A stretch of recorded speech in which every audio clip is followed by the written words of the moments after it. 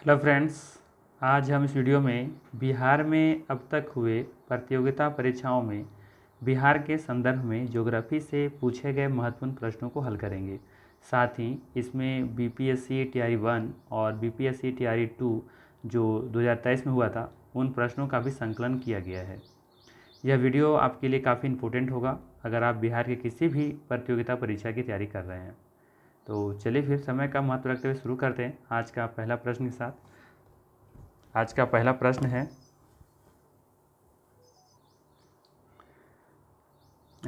प्रश्न है बिहार में रिफाइनरी किसके सहयोग से बनाया गया था? बिहार में बरौनी रिफाइनरी किसके सहयोग से बनाया गया था? ऑप्शन है जर्मनी, दक्षिण कोरिया, सोवियत रूस या फिर फ्रांस। बाकी ऑप्शंस भी हैं, उपयुक्त में से कोई नहीं या फिर उपयुक्त में से एक से अधिक। तो यहाँ पे देखेंगे जो सही आंसर होगा वो होगा आपका ऑप्शन नंबर सी, सोवियत रूस। ठीक है, ध्यान देंगे, इसका सही आंसर क्या होगा? सोवियत रूस हो जाएगा इसका सही आंसर। ऑप्शन नंबर सी के साथ हम लोग चले जाएंगे। बिहार में बरौनी रिफाइनरी किसके सहयोग से बनाया गया था? ये सोवियत संघ के मदद से बनाया गया था। ठीक है, तो यहाँ पे जो सही आंसर होगा वो होगा आपका ऑप्शन नंबर सी। ठीक है, सी ऑप्शन यहाँ पे बिल्कुल सही है। ठीक है, सोवियत रूस। इसमें डिटेल्स देखेंगे थोड़ा सा। बिहार में स्थित इंडियन ऑयल की बरौनी रिफाइनरी को वर्ष 1965 में राष्ट्र को समर्पित किया गया था। वर्ष 1964 में स्थापित इस रिफाइनरी को सोवियत संघ, वर्तमान रूस के सहयोग से रोमानिया की सीमित भागीदारी के साथ निर्मित किया गया था। ठीक है, ध्यान देंगे, बिहार स्थित इंडियन ऑयल की बरौनी जो रिफाइनरी को वर्ष 1965 में राष्ट्र को समर्पित किया गया था और वर्ष 1964 में स्थापित इस रिफाइनरी को सोवियत संघ, यानी जो वर्तमान में रूस कहते हैं अभी, के सहयोग से रोमानिया की सीमित भागीदारी के साथ निर्मित किया गया था। तो ध्यान रखिएगा, एक रोमानिया जो देश है इसकी सीमित भागीदारी के साथ निर्मित किया गया था, ये ध्यान रखेंगे। ठीक है, चलिए नेक्स्ट देखते हैं क्या है। नेक्स्ट है आपका, निम्नलिखित में से कौन सा जोड़ा बिहार के दक्षिण गंगा क्षेत्र से मेल नहीं खाता है? सवाल है, निम्नलिखित में से कौन सा जोड़ा बिहार के दक्षिण गंगा क्षेत्र से मेल नहीं खाता है? ठीक है, तो ऑप्शन है आपका यहाँ पे पटना मुंगेर। ठीक है, बी ऑप्शन में है गया अरवल, पटना वैशाली, उपयुक्त में से एक से अधिक या फिर उपयुक्त में से कोई नहीं। तो यहाँ पे देखेंगे जो सही आंसर होगा वो होगा आपका पटना वैशाली। ठीक है, ऑप्शन नंबर सी यहाँ पे सही है। ठीक है, बाकी पटना मुंगेर गया अरवल जो देखेंगे ये दक्षिण गंगा क्षेत्र का ये है। ठीक है, जोड़ा है, लेकिन पटना वैशाली नहीं है।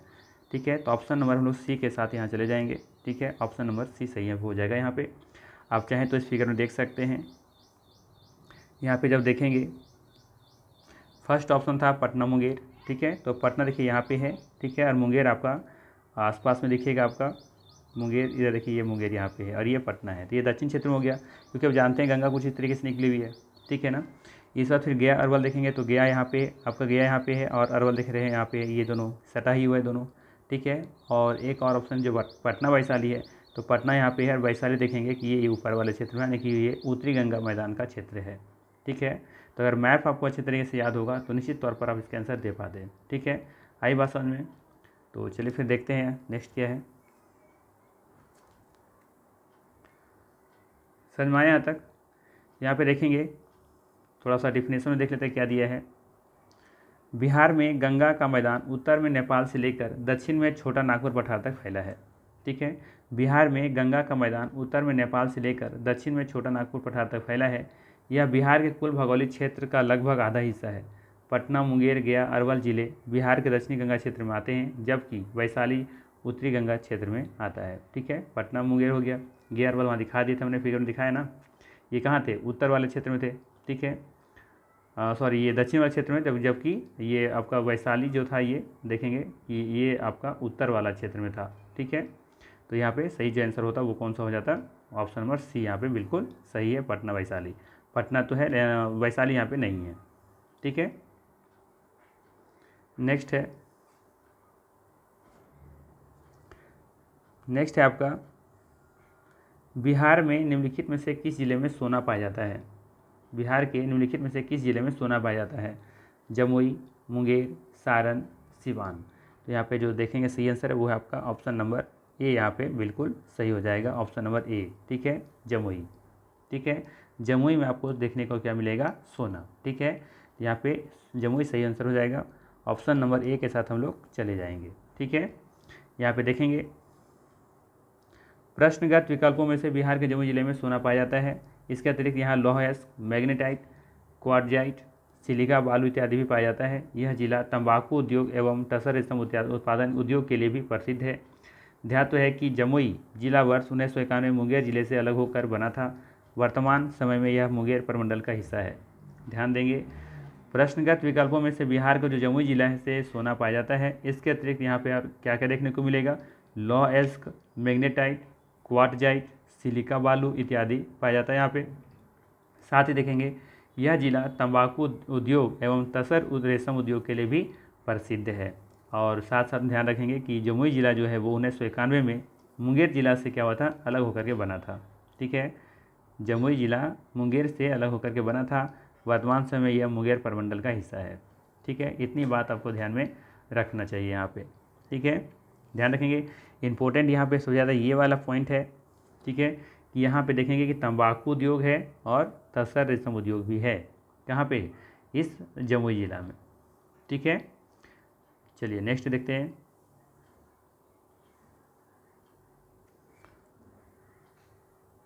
त्रिवेणी नहर का निर्माण निम्नलिखित में से किस नदी पर किया गया है?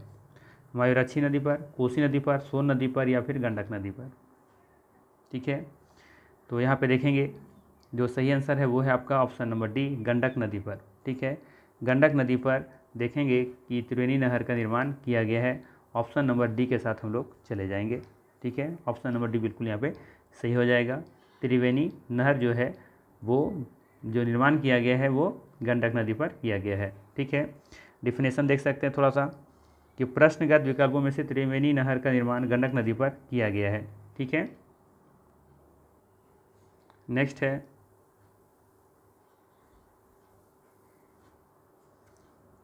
कोसी मैदान की माध्य समुद्र तल से औसत ऊंचाई कितना है?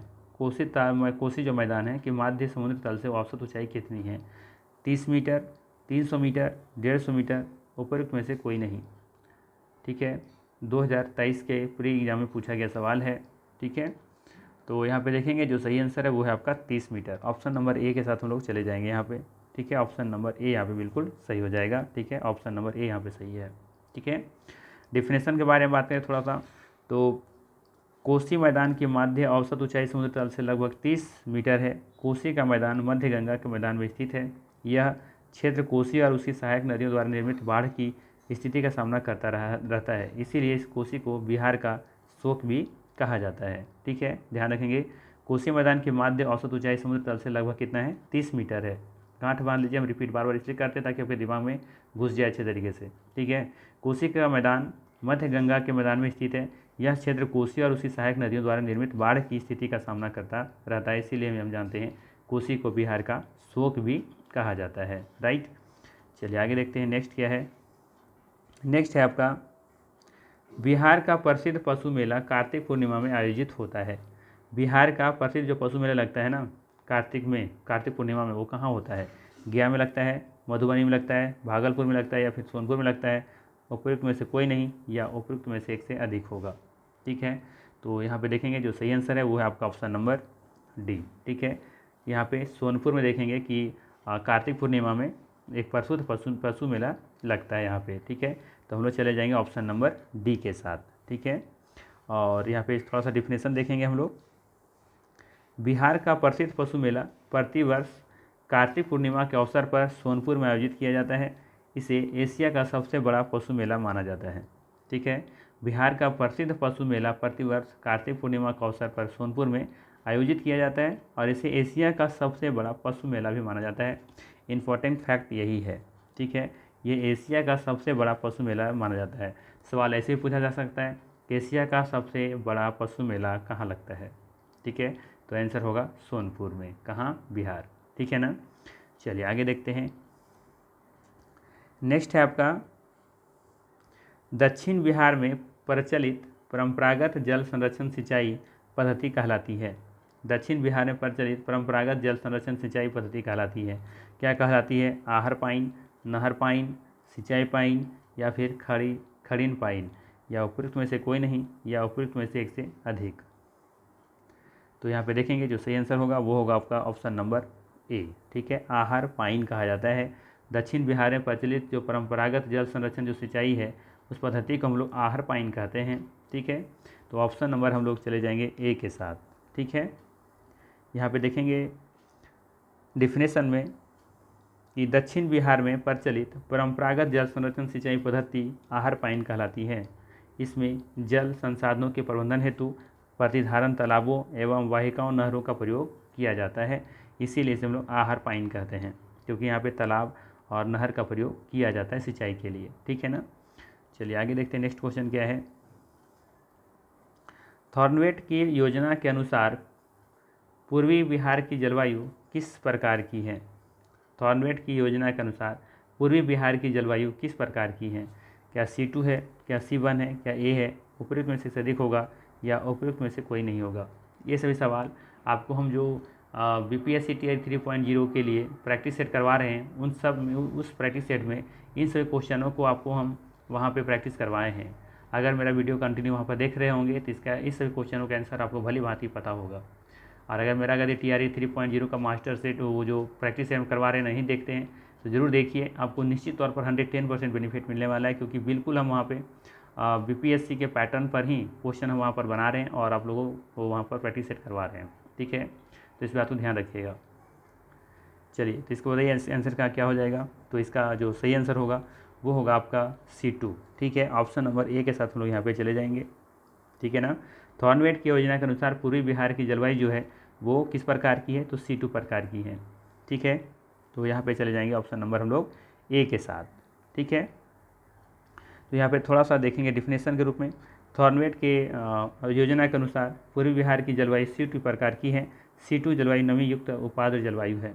अब सवाल ये भी बनाया जा सकता है कि जो C2 जो है वो बिहार की जो C2 जो प्रणाली जो जलवायु क्षेत्र है वो किस प्रकार की जलवायु है? तो ये है नमी युक्त जलवायु, नमी युक्त उपाद्र जलवायु। ठीक है, नेक्स्ट है मोटा अनाज को चमत्कारिक अनाज और भविष्य की फसल कहा जाता है, क्यों? मोटा अनाज को चमत्कारिक अनाज और भविष्य की फसल कहा जाता है, क्यों?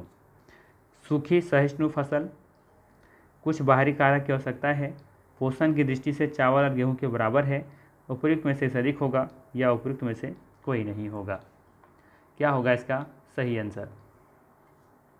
तो यहाँ पे देखेंगे कि मोटा अनाज के चमत्कारिक अनाज और भविष्य की फसल कहा जाता है, ऐसा इसलिए क्योंकि यह सूखी सहिष्णु फसल है। तो हम लोग चले जाएंगे ऑप्शन नंबर ए के साथ। ठीक है, सूखी सहिष्णु फसल है ये मोटा अनाज, इसीलिए इसे हम लोग कहते हैं चमत्कारिक अनाज। ठीक है ना, तो ऑप्शन नंबर ए के साथ हम लोग चले जाएंगे। ऑप्शन नंबर ए यहाँ पे बिल्कुल सही हो जाएगा। थोड़ा सा इसको डिटेल्स में देखिए। मोटा अनाज को चमत्कारिक अनाज और भविष्य की फसल कहा जाता है क्योंकि ये पोषक तत्वों से युक्त होते हैं। इसमें सूखा, सहिष्णु प्रकाश, असंवेदनशीलता और जलवायु परिवर्तन के प्रति अनुकूलता पाई जाती है। ठीक है, जलवायु परिवर्तन के प्रति अनुकूलता पाई जाती है, यानी कि जलवायु परिवर्तन ज़्यादा इससे इफेक्ट नहीं पड़ता है, इसीलिए इसे लोग चमत्कारिक अनाज कहते हैं और भविष्य का फसल कहते हैं। ठीक है, नेक्स्ट है निम्न में से किस स्थान पर कोसी नदी गंगा नदी से मिलती है? आसान सा सवाल, मैंने इसको भी प्रैक्टिस में करवाया है। निम्न में से किस स्थान पर कोसी नदी गंगा नदी से मिलती हैं? ऑप्शंस है कुर्सेला, वैशाली, हाजीपुर, जमालपुर, या उपयुक्त में से अधिक कोई नहीं होगा या उपयुक्त में से अधिक होगा। ठीक है, तो यहाँ पे देखेंगे जो सही आंसर है वो है आपका कुर्सेला।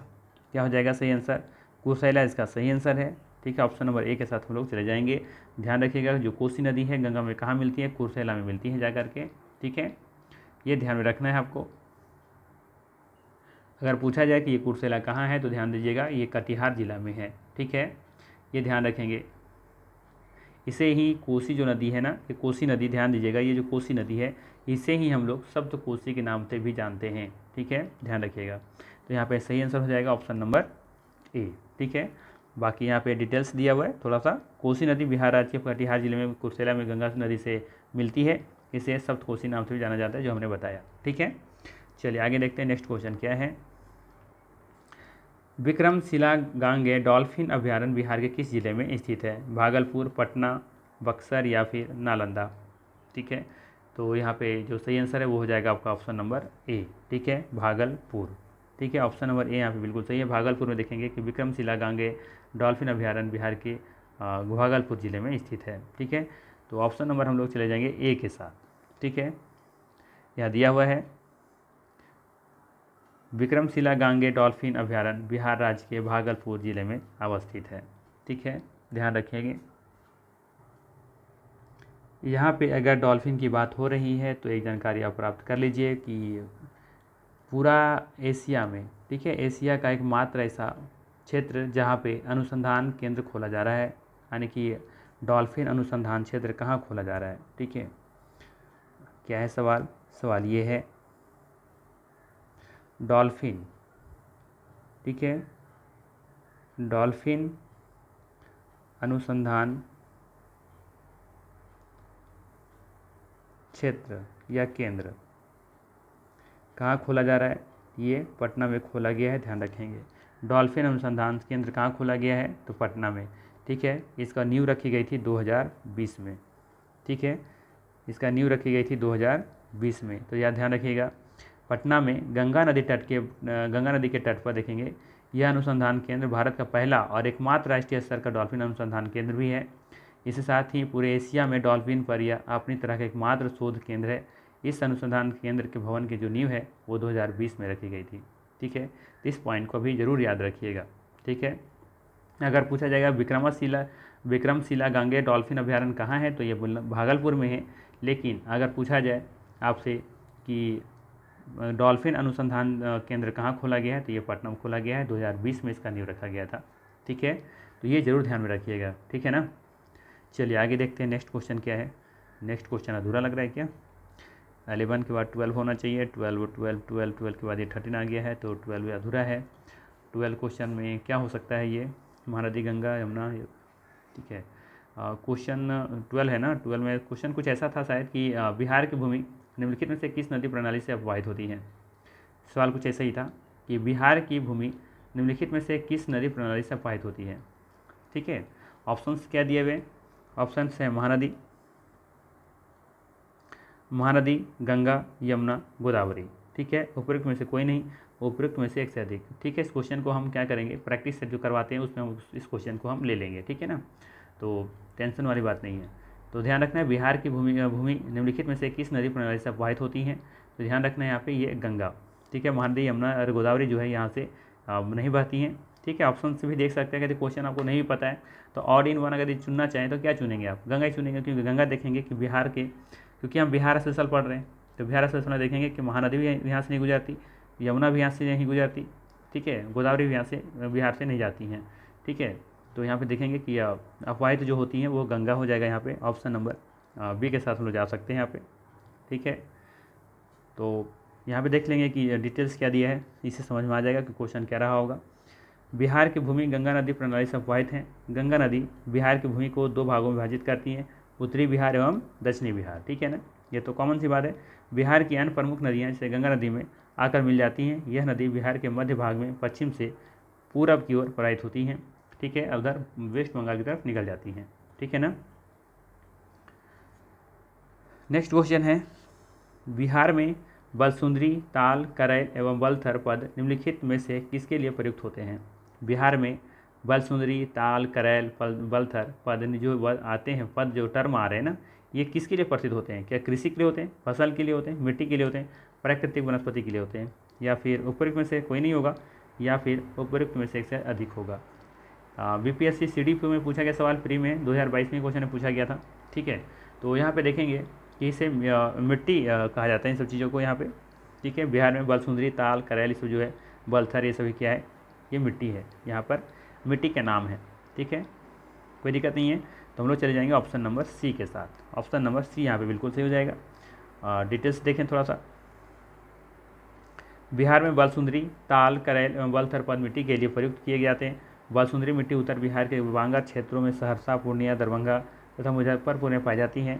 ताल क्षेत्र बक्सर से भागलपुर तक गंगा नदी के दक्षिण तटबंध के दक्षिण में निम्न भूमि का क्षेत्र है। बलथर मृदा गंगा के मैदान की दक्षिणी सीमा एवं छोटानागपुर पठार की उत्तरी सीमा के मध्य पाया जाता है। ठीक है, पूछा जाए कि बलथर मृदा गंगा के मैदान की दक्षिणी सीमा एवं छोटा नागपुर पठार की उत्तरी सीमा के मध्य पाया जाता है। ठीक है, तो इसको भी ध्यान में रखिएगा कि कौन सी मिट्टी कहाँ पाई जाती है। ठीक है, फिर से सुन लीजिए, बिहार में बलसुंदरी, ताल, करेल एवं बलथर पद मिट्टी के लिए प्रयुक्त किए जाते हैं। ये तो सिंपल हुआ। अब आगे देखिए, बलसुंदरी मिट्टी उत्तरी बिहार के बांगर क्षेत्र में सहरसा, पूर्णिया, दरभंगा और मुजफ्फरपुर में पाई जाती हैं। ठीक है, बलसुंदरी मिट्टी उत्तरी बिहार के बांगर क्षेत्रों में, जैसे सहरसा हो गया, पूर्णिया हो गया, दरभंगा हो गया, मुजफ्फरपुर हो गया, यहाँ पे देखने को मिलता है बलसुंदरी। ठीक है, इस बात है ताल क्षेत्र बक्सर से भागलपुर तक, ताल क्षेत्र बक्सर से लेकर के भागलपुर तक गंगा नदी के दक्षिणी तटबंध के दक्षिण में निम्न भूमि का क्षेत्र है ये। ठीक है, बाकी बलथर मृदा के बारे में बात करें तो ये गंगा के मैदान की दक्षिणी सीमा एवं छोटा नागपुर पठार की उत्तरी सीमा के मध्य पाया जाता है। ठीक है, चलिए आगे देखते हैं। कहलगांव, कांटी, बाढ़ एवं नवीनगर निम्नलिखित में से किसके केंद्र हैं? कहलगांव, कांटी, बाढ़ एवं नवीनगर जो है वो किसके केंद्र हैं ये बताना है। क्या ये कोयला खनन है, या पर्यटन का क्षेत्र है, या ताप विद्युत शक्ति का क्षेत्र है, या सूती वस्त्र उद्योग का क्षेत्र है? उपर्युक्त में से एक से अधिक होगा, या फिर उपर्युक्त में से एक से अधिक होगा। ठीक है, तो यहाँ पे देखेंगे कि ये सभी ताप विद्युत शक्ति केंद्र हैं। ठीक है, तो ऑप्शन नंबर हम लोग चले जाएंगे सी के साथ। ठीक है, ऑप्शन नंबर सी के साथ हम लोग चले जाएंगे। ठीक है, ऑप्शन नंबर सी यहाँ पे सही होगा। कहलगांव कहाँ पे है? तो ये कहलगांव ध्यान रखिएगा, ये आपका है कहलगांव भागलपुर में, कांटी है आपका मुजफ्फरपुर में, बाढ़ है आपको पटना देखने को मिलेगा, एवं नवीनगर जो है वो औरंगाबाद में है और बिहार में स्थित ये ताप विद्युत शक्ति के केंद्र हैं। ठीक है, तो ये सभी इंपॉर्टेंट है कि जिसे आपको याद रखना चाहिए कि कहलगांव ये किस जिला में है, तो भागलपुर में है, कांटी कहाँ है तो मुजफ्फरपुर में है, ये बाढ़ कहाँ पर है तो पटना में है, और नवीनगर कहाँ है तो औरंगाबाद में है। ठीक है, तो ये भी सवाल पूछा जा सकता है ना कि कहलगांव जो भी ताप विद्युत शक्ति केंद्र है वो बिहार के किस जिला में है, तो भागलपुर होगा। अगर पूछा जाए कि कांटी ताप विद्युत शक्ति केंद्र बिहार के किस जिला में है, तो आपका जवाब होना चाहिए मुजफ्फरपुर। ठीक है, उसी तरीके से पूछ लिया जाए कि नवीनगर ताप विद्युत शक्ति केंद्र बिहार के किस जिला में स्थित है, तो आपका जवाब होना चाहिए औरंगाबाद। ठीक है, चलिए नेक्स्ट है।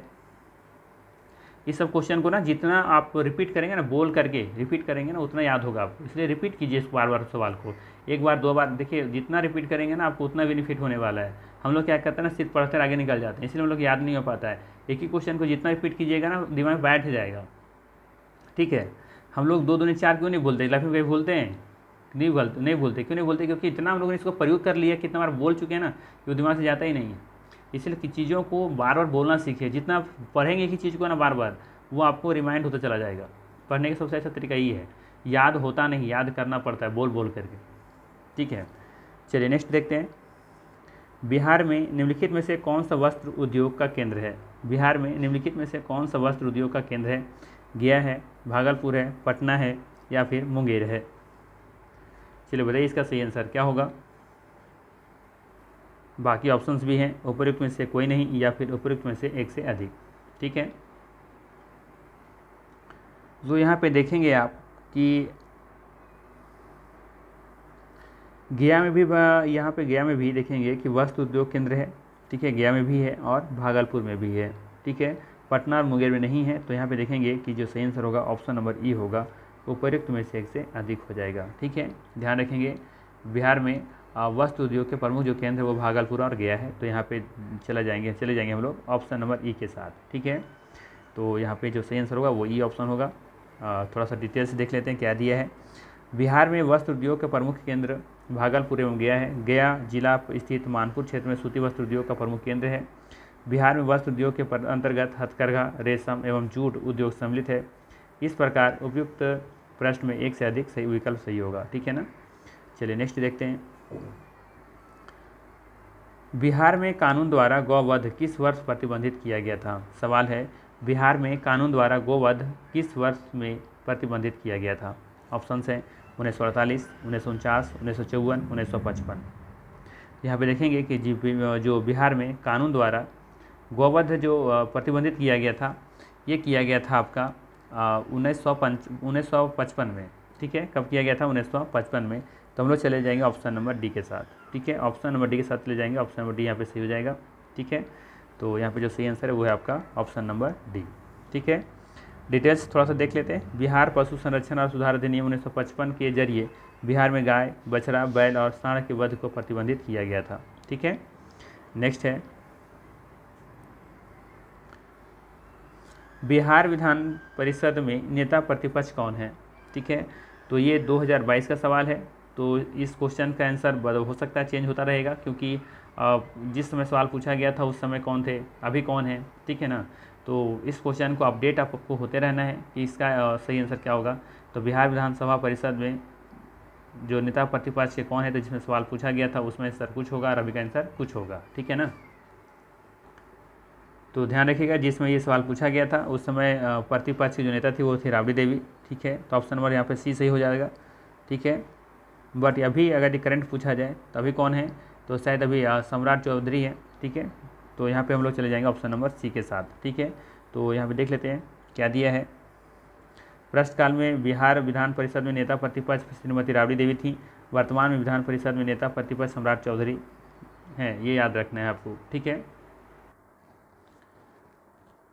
तो आप ध्यान रखेंगे, इसका सही आंसर हो जाएगा आपका सम्राट चौधरी। ठीक है, फिलहाल इस सवाल के हिसाब से जिसमें पूछा गया था उसमें राबड़ी देवी थी। लगभग आज से 8-9 महीना पहले ही ये प्रतिपक्ष नेता सम्राट चौधरी को बनाया गया था। ठीक है, लगभग 7-8 महीना पहले की बात है ये, जब इनको चेंज करके सम्राट चौधरी को बनाया गया था प्रतिपक्ष के नेता। ठीक है, चलिए आगे देखते हैं। नेक्स्ट क्या है, इनमें से कौन 2 बार बिहार का राज्यपाल रहा है? अखलाक उर रहमान किदवई, मोहम्मद यूनुस सलीम, मोहम्मद शफी कुरैशी, जाकिर हुसैन। तो यहाँ पे देखेंगे जो 2 बार रहे हैं बिहार के राज्यपाल वो रहे हैं अखलाक उर Rahman Kidwai. Option number A के साथ हम लोग चले जाएंगे। ठीक है ना, अखलाक उर रहमान किदवई ये बिहार में देखेंगे कि 2 बार राज्यपाल रह चुके हैं। ठीक है, तो ऑप्शन नंबर हम लोग चले जाएंगे किसके साथ? ए के साथ। डिटेल्स देख लेते हैं। उपयुक्त प्रश्न के दिए गए विकल्पों में अखलाक उर रहमान किदवई ने बिहार के राज्यपाल के रूप में 2 बार पदभार संभाला है। विकल्पों के अनुसार है। ठीक है, उन्होंने बिहार के राज्यपाल के रूप में पहली बार 20 सितंबर 1979 को पदभार संभाला और उसके बाद 15 मार्च 1985 तक इस पद पर बने रहे। तत्पश्चात उसके बाद देखेंगे कि उन्होंने 14 अगस्त 1993 को राज्यपाल का पदभार संभाला और 26 अप्रैल 1998 तक इस पद पर बने रहे। ठीक है, तो ये 2 बार रहे थे। तो इसका सही आंसर हो जाएगा विकल्पों के अनुसार ये ऑप्शन बिल्कुल सही हो जाएगा यहाँ पे। नेक्स्ट है आपका बिहार का प्रथम गैर कांग्रेस मुख्यमंत्री कौन था? बिहार का प्रथम गैर कांग्रेसी मुख्यमंत्री कौन था? कर्पूरी ठाकुर, महामाया प्रसाद सिन्हा, रामसुंदर दास, लालू प्रसाद यादव। तो यहाँ पे देखेंगे जो सही आंसर है वो है आपका महामाया प्रसाद सिन्हा। ये बिहार का प्रथम गैर कांग्रेसी मुख्यमंत्री था। ठीक है, ध्यान रखेंगे। और ये 1967 में बने थे। ठीक है, ध्यान रखिएगा 1967 में बने थे ये पहली बार। तो ऑप्शन नंबर हम लोग चले जाएंगे किसके साथ? बी के साथ। ठीक है ना, बी के साथ हम लोग चले जाएंगे महामाया प्रसाद सिन्हा। ठीक है, डिटेल्स देख लेते हैं। बिहार के प्रथम गैर कांग्रेसी जो जनता दल से थे मुख्यमंत्री महामाया प्रसाद सिन्हा थे, जो मार्च 1967 से जनवरी 1968 तक बिहार के मुख्यमंत्री रहे थे। ठीक है, तो ये भी पूछा जा सकता है कि कब बने थे, तो 1967 में बने थे पहली बार गैर कांग्रेसी मुख्यमंत्री जो जनता दल से थी। ठीक है, उनका नाम क्या था? महामाया प्रसाद सिन्हा। नेक्स्ट है, बिहार के निम्न हिस्सों में से कौन सा हिस्सा भूतात्विक दृष्टि से अपेक्षाकृत पुराना है? बिहार के निम्न हिस्सों में से कौन सा हिस्सा भूतात्विक दृष्टि से अपेक्षाकृत पुराना है? रोहतास पठार, उत्तर पश्चिमी पहाड़ियाँ, खड़गपुर की पहाड़ियाँ, उत्तर गंगा मैदान। ठीक है, तो ऑप्शन में और भी हैं, उपयुक्त में से कोई नहीं और उपयुक्त में से एक से अधिक होगा। अगर आप मेरा वीडियो देखते होंगे प्रैक्टिस सेट, तो वहाँ पर मैंने अच्छे तरीके से बताया था, क्रम से भी बताया था कि कौन नया है और कौन सबसे पुराना है। ठीक है, तो यहाँ पे देखेंगे कि यह जो पहला दिया हुआ है ना, यहाँ पे जो सबसे अगर पूछा जाएगा कि नया सबसे नवीन जो है वो कौन सा है, तो ये है उत्तर गंगा का मैदान। आज ये इसका अभी भी निर्माण जारी है। ठीक है, उत्तर गंगा मैदान का निर्माण अभी भी जारी है। तो सबसे पूछा गया है पुराना, भूतात्विक दृष्टि से अपेक्षाकृत सबसे पुराना है, तो आपका जवाब होना चाहिए खड़गपुर की पहाड़ियाँ। ठीक है, ये सबसे पुराना, ये पहले सबसे पुराना है। ठीक है, और जो सबसे नवीन है ये है आपका उत्तरी गंगा का मैदान। और बात करें रोहतास पठार का तो ये दूसरे नंबर पर आएगा, आपका दूसरा सबसे पुराना है, ठीक है। और बात करें हम ये उत्तर पश्चिमी पहाड़ियाँ तो ये तीसरे नंबर पर आएगा, जबकि ये हम ले लेते हैं उत्तर गंगा मैदान जो सबसे नवीन है, ठीक है, ये चौथे क्रम पर है। तो सबसे पुराना हो जाएगा आपका खड़गपुर की पहाड़ियाँ, उससे थोड़ा सा नया है रोहतास पठार, उससे भी नया देखेंगे कि उत्तर पश्चिम की पहाड़ियाँ, और उससे भी सबसे जो नवीन है वो है उत्तर गंगा का मैदान, ठीक है। बाकी ये एरिया आपको कहाँ देखने को मिलेंगे तो थोड़ा सा यहाँ पे देख लीजिए। जैसे मान लेते हैं अगर कुछ ऐसा बिहार है, ठीक है, तो यहाँ पे देखेंगे ये वाला जो एरिया है ना, यहाँ पे रोहतास और कैमूर देखने को मिलता है, ठीक है, रोहतास और कैमूर, ठीक है। तो यहाँ पे ये इसको बोलते हैं विंध्यन की चट्टानें, ठीक है। इस एरिया को क्या बोला जाता है? विंध्यन की चट्टानें, ठीक है। तो इसी में आ जाएगा आपका रोहतास का पठार भी, ठीक है, क्योंकि यहीं पर रोहतास को देखने को मिलेगा और यहाँ कैमूर है, इसी को बोला जाता है विंध्यन चट्टानें। तो ये भी देखेंगे विंध्यन चट्टान के है या फिर रोहतास का पठार, तो ये दूसरे क्रम के हैं, ठीक है। बात समझ में आया। और इधर वाला जो एरिया है, इधर इस साइड ये वाला जो एरिया है आपका, ये उत्तरी छोटा नागपुर का हिस्सा भी है, ठीक है। और यहीं पर आपको देखने को मिलेगा खड़गपुर की पहाड़ियाँ, ठीक है, राजगीर की पहाड़ियाँ, खड़गपुर की पहाड़ियाँ, ठीक है।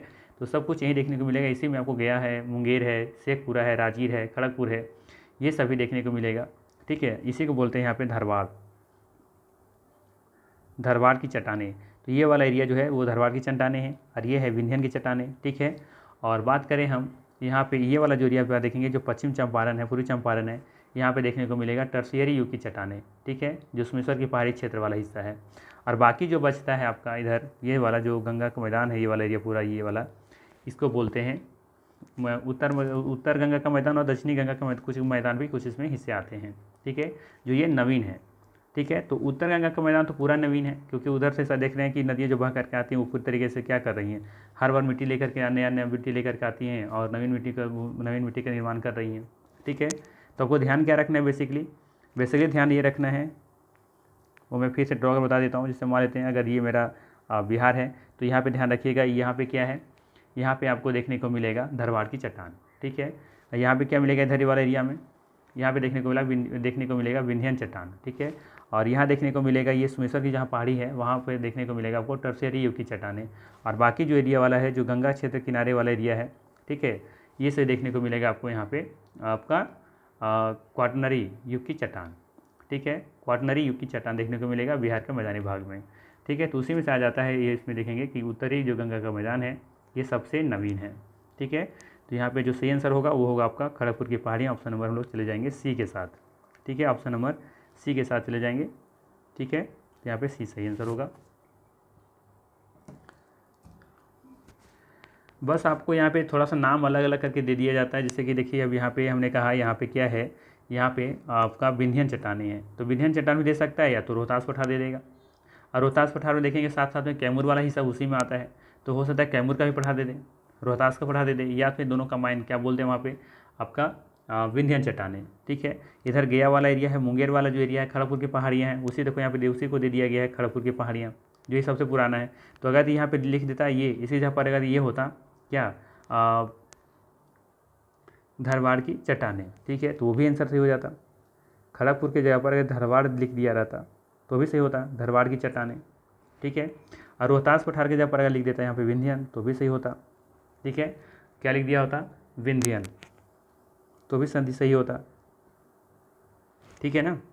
और यहाँ पे क्या है, यहाँ पे बात कर रहे हैं हम लोग सोमेश्वर की पहाड़ियाँ हैं, यहाँ पे क्या हो जाएगा, यहाँ पे टर्शरी युग की चट्टानें हो जाएगा सही। बाकी जो गंगा का मैदान है उसके आसपास वाले क्षेत्रों को क्या कहते हैं, उसे बोलते हैं क्वाटरनरी युग की चट्टानें, ठीक है। चलिए आगे देखते हैं नेक्स्ट क्या है, थोड़ा सा डिटेल से देख लीजिए क्या है दिया हुआ यहाँ पे। खड़गपुर पहाड़ियाँ धरवाड़ क्रम की हैं, जबकि रोहतास पठार विंध्यन क्रम की हैं। उत्तर पश्चिमी पहाड़ियाँ शिवालिक हिमालय की भाग हैं जो तृतीय क्रम की, तथा उत्तर गंगा मैदान नवीनतम है, ठीक है, ध्यान रखिएगा। खड़गपुर पहाड़ियाँ धरवाड़ क्रम की हैं, जो हमने अभी बताया यहाँ पे, है ना, ये वाला एरिया, ठीक है। धरवाड़ जो क्रम है ये क्या है, ये किस क्रम की चट्टान है, तो ये धरवाड़ क्रम की चट्टान है। जबकि रोहतास पठार विंध्यन क्रम की है, जो हमने यहाँ पे बताया कि ये विंध्यन क्रम की चट्टान है, ठीक है। और उत्तर पश्चिमी पहाड़ियाँ जो है वो शिवालिक हिमालय की भाग हैं, जो मैंने वो बताया वहाँ पे वो आपका टर्सरी है ना, टर्सरी युग की चट्टानें भी बोल सकते हैं आप। जो उत्तर पश्चिमी पहाड़ी वाला जो हिस्सा है जो शिवालिक यहाँ पे लिखा हुआ है उसे हम लोग टर्सरी युग की चट्टान भी कह सकते हैं, ठीक है। और तृतीय क्रम की तथा उत्तर गंगा मैदान नवीनतम है, ठीक है, जिसे हम लोग क्या बोल रहे हैं यहाँ पे, क्वाटरनरी युग की चट्टान, ठीक है। चलिए आगे देखते हैं। निम्नलिखित में से कौन सा जिला धारवाड़ भूस्तरीय रचना वाला नहीं है। सवाल है, निम्नलिखित में से कौन सा जिला धारवाड़ भूस्तरीय रचना वाला नहीं है। ऑप्शन है मुंगेर, रोहतास, जमुई, नवादा। उपयुक्त में से कोई नहीं, उपयुक्त में से एक से अधिक। सवाल है, निम्नलिखित में से कौन सा जिला धारवाड़ भूस्तरीय रचना वाला नहीं है। अब बताइए, धारवाड़ के बारे में बात किया जा रहा है यहाँ पे, तो धारवाड़ ये वाला एरिया की बात हो रहा है यहाँ पे, धारवाड़ कौन नहीं है। तो आपको कभी पता होगा कि इसके एरिया में कौन कौन से ज़िले हैं, ठीक है, तो आप आसानी से इस पर आंसर आप दे पाएंगे। तो देखिए यहाँ पे मुंगेर देखने को मिल जाएगा, जमुई देखने को मिल जाएगा, ठीक है, और नवादा भी देखने को मिलेगा। लेकिन रोहतास पठार में आएगा ना, ये रोहतास, अभी हमने कहा ना कि यहाँ पे जो विंध्यन वाला जो क्षेत्र है वहाँ पे रोहतास और कैमूर आता है। तो इसका ही सही आंसर जो हो जाएगा इसका, वो हो जाएगा आपका ऑप्शन नंबर बी, ठीक है ना, रोहतास देखेंगे कि धारवाड़ भूस्तरीय रचना वाला ये नहीं है। तो ऑप्शन नंबर हम लोग चले जाएंगे बी के साथ। आई बात समझ में। तो थोड़ा सा कॉन्सेप्ट रखिए, ठीक है। नाम अलग अलग पूछा जा सकता है, जैसे वहाँ पे दे दिया था रोहतास पठार, ठीक है। अब यहाँ पे दे दिया है कि धारवाड़ भूस्तरीय रचना वाला नहीं है, तो ये रोहतास नहीं है, ठीक है। ये किस में आएगा, ये आएगा आपका विंध्यन वाला में, विंध्यन चट्टाने के अंतर्गत आएगा ये रोहतास और कैमूर, ठीक है। चलिए आगे देखते हैं। इसमें थोड़ा सा डिटेल से देख लीजिए क्या दिया है। बिहार में धारवाड़ भूस्तरीय रचना वाले जिले दक्षिण पूर्व बिहार में आते हैं, जबकि रोहतास दक्षिण पश्चिम बिहार का भाग है।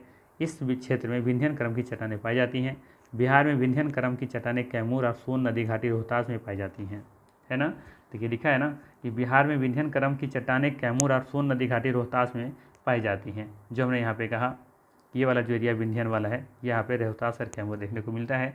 और यहीं से देखेंगे कि सोन नदी पार करके जा करके गंगा में मिलती भी हैं, ठीक है ना। चलिए आगे देखते हैं, नेक्स्ट क्वेश्चन क्या है। बिहार में निम्न जिलों में से किस जिले में ही पिडमोंट स्वैम्प मिट्टी पाई जाती है।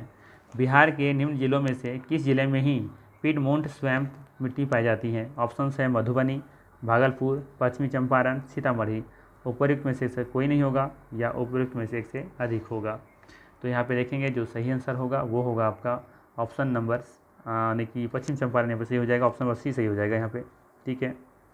पश्चिम चंपारण में देखेंगे कि बिहार के पश्चिम चंपारण जिले में ही पिडमोंट स्वैम्प मिट्टी पाई जाती हैं, ठीक है। तो ऑप्शन नंबर हम लोग चले जाएंगे यहाँ पे सी के साथ।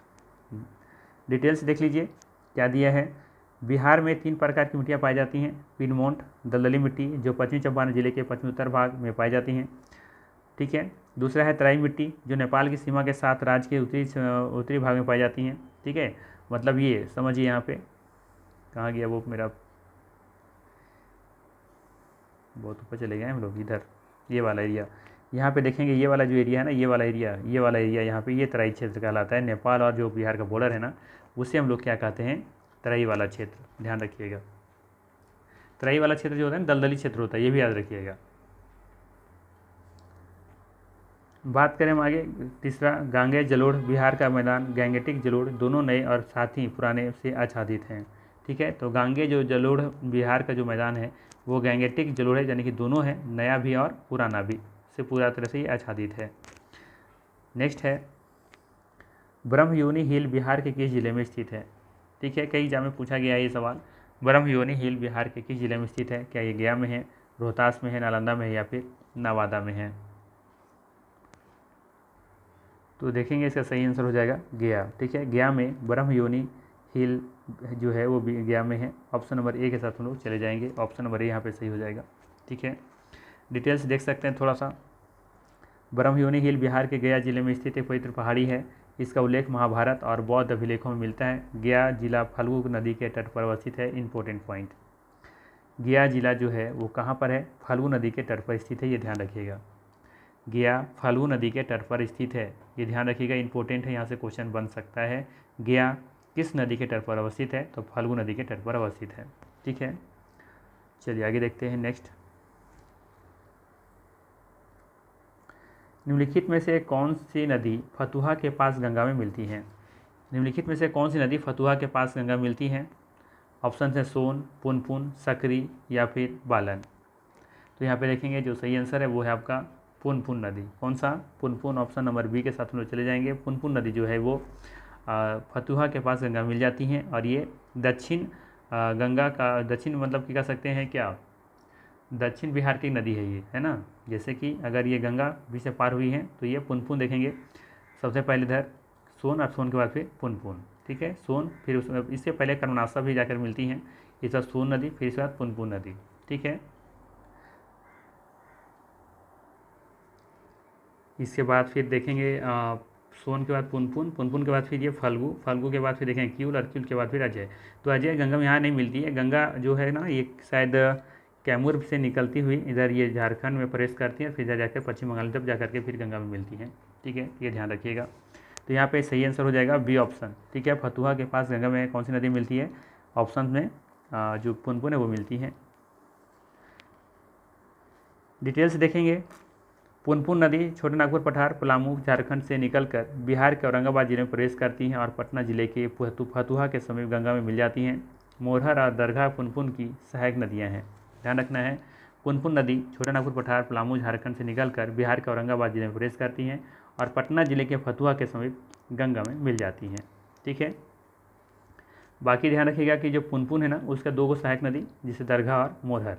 ठीक है, नेक्स्ट है, निम्नलिखित में से बिहार का कौन सा भू आकृतिक खंड झारखंड के साथ अपनी सीमा साझा नहीं करता है?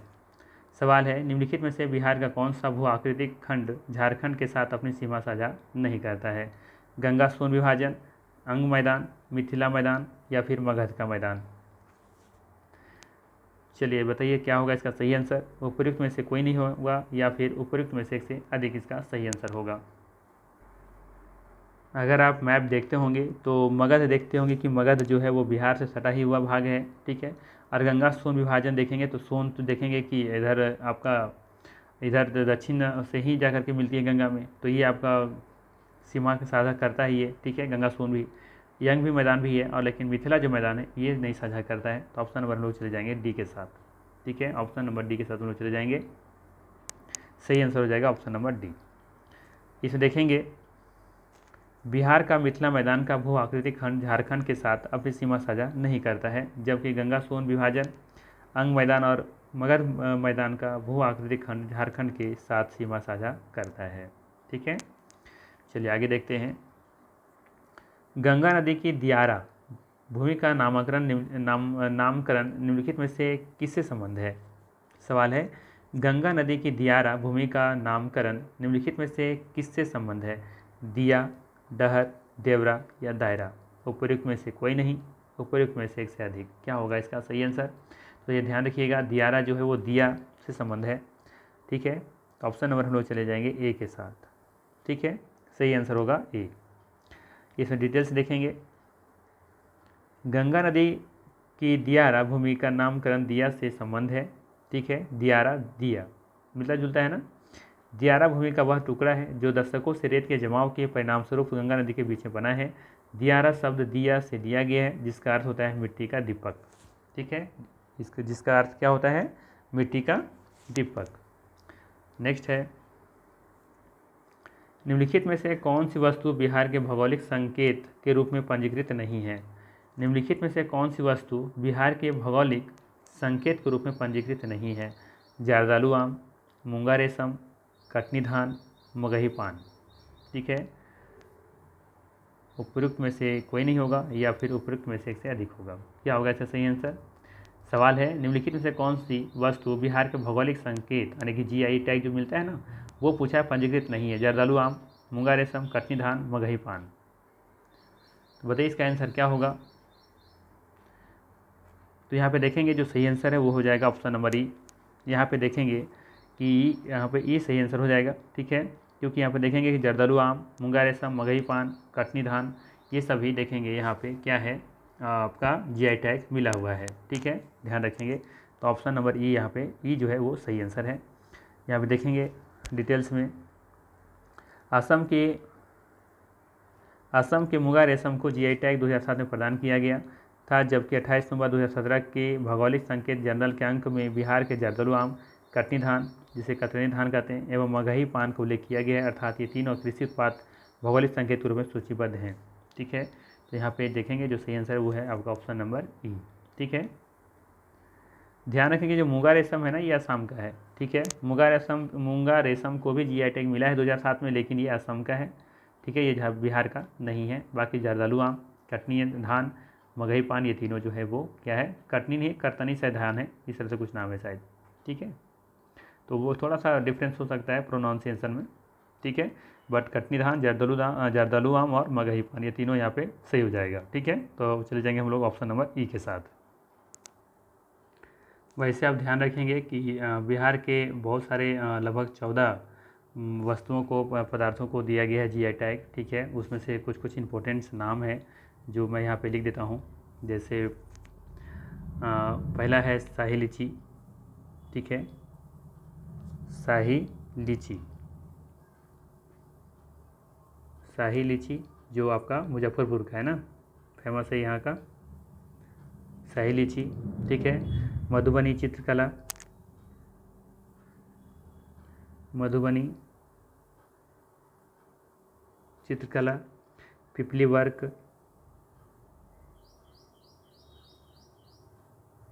ठीक है, इसके बाद फिर है मिथिला मखाना, मिथिला मखाना 2022 में इसको मिला था वैसे। ठीक है, मरचा धान, इसे मिला था 2023 में। ठीक है, इसके बाद है भागलपुरी सिल्क,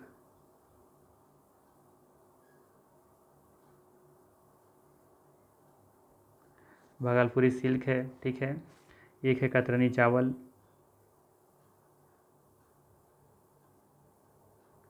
ठीक है, इसके बाद है सुजनी कढ़ाई, सुजनी कढ़ाई।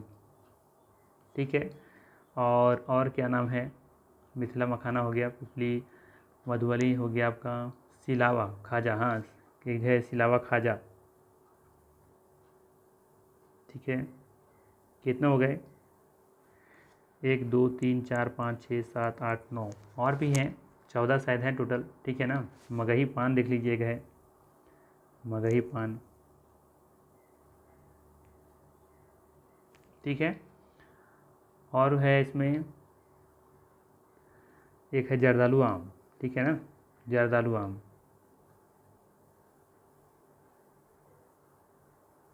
ठीक है,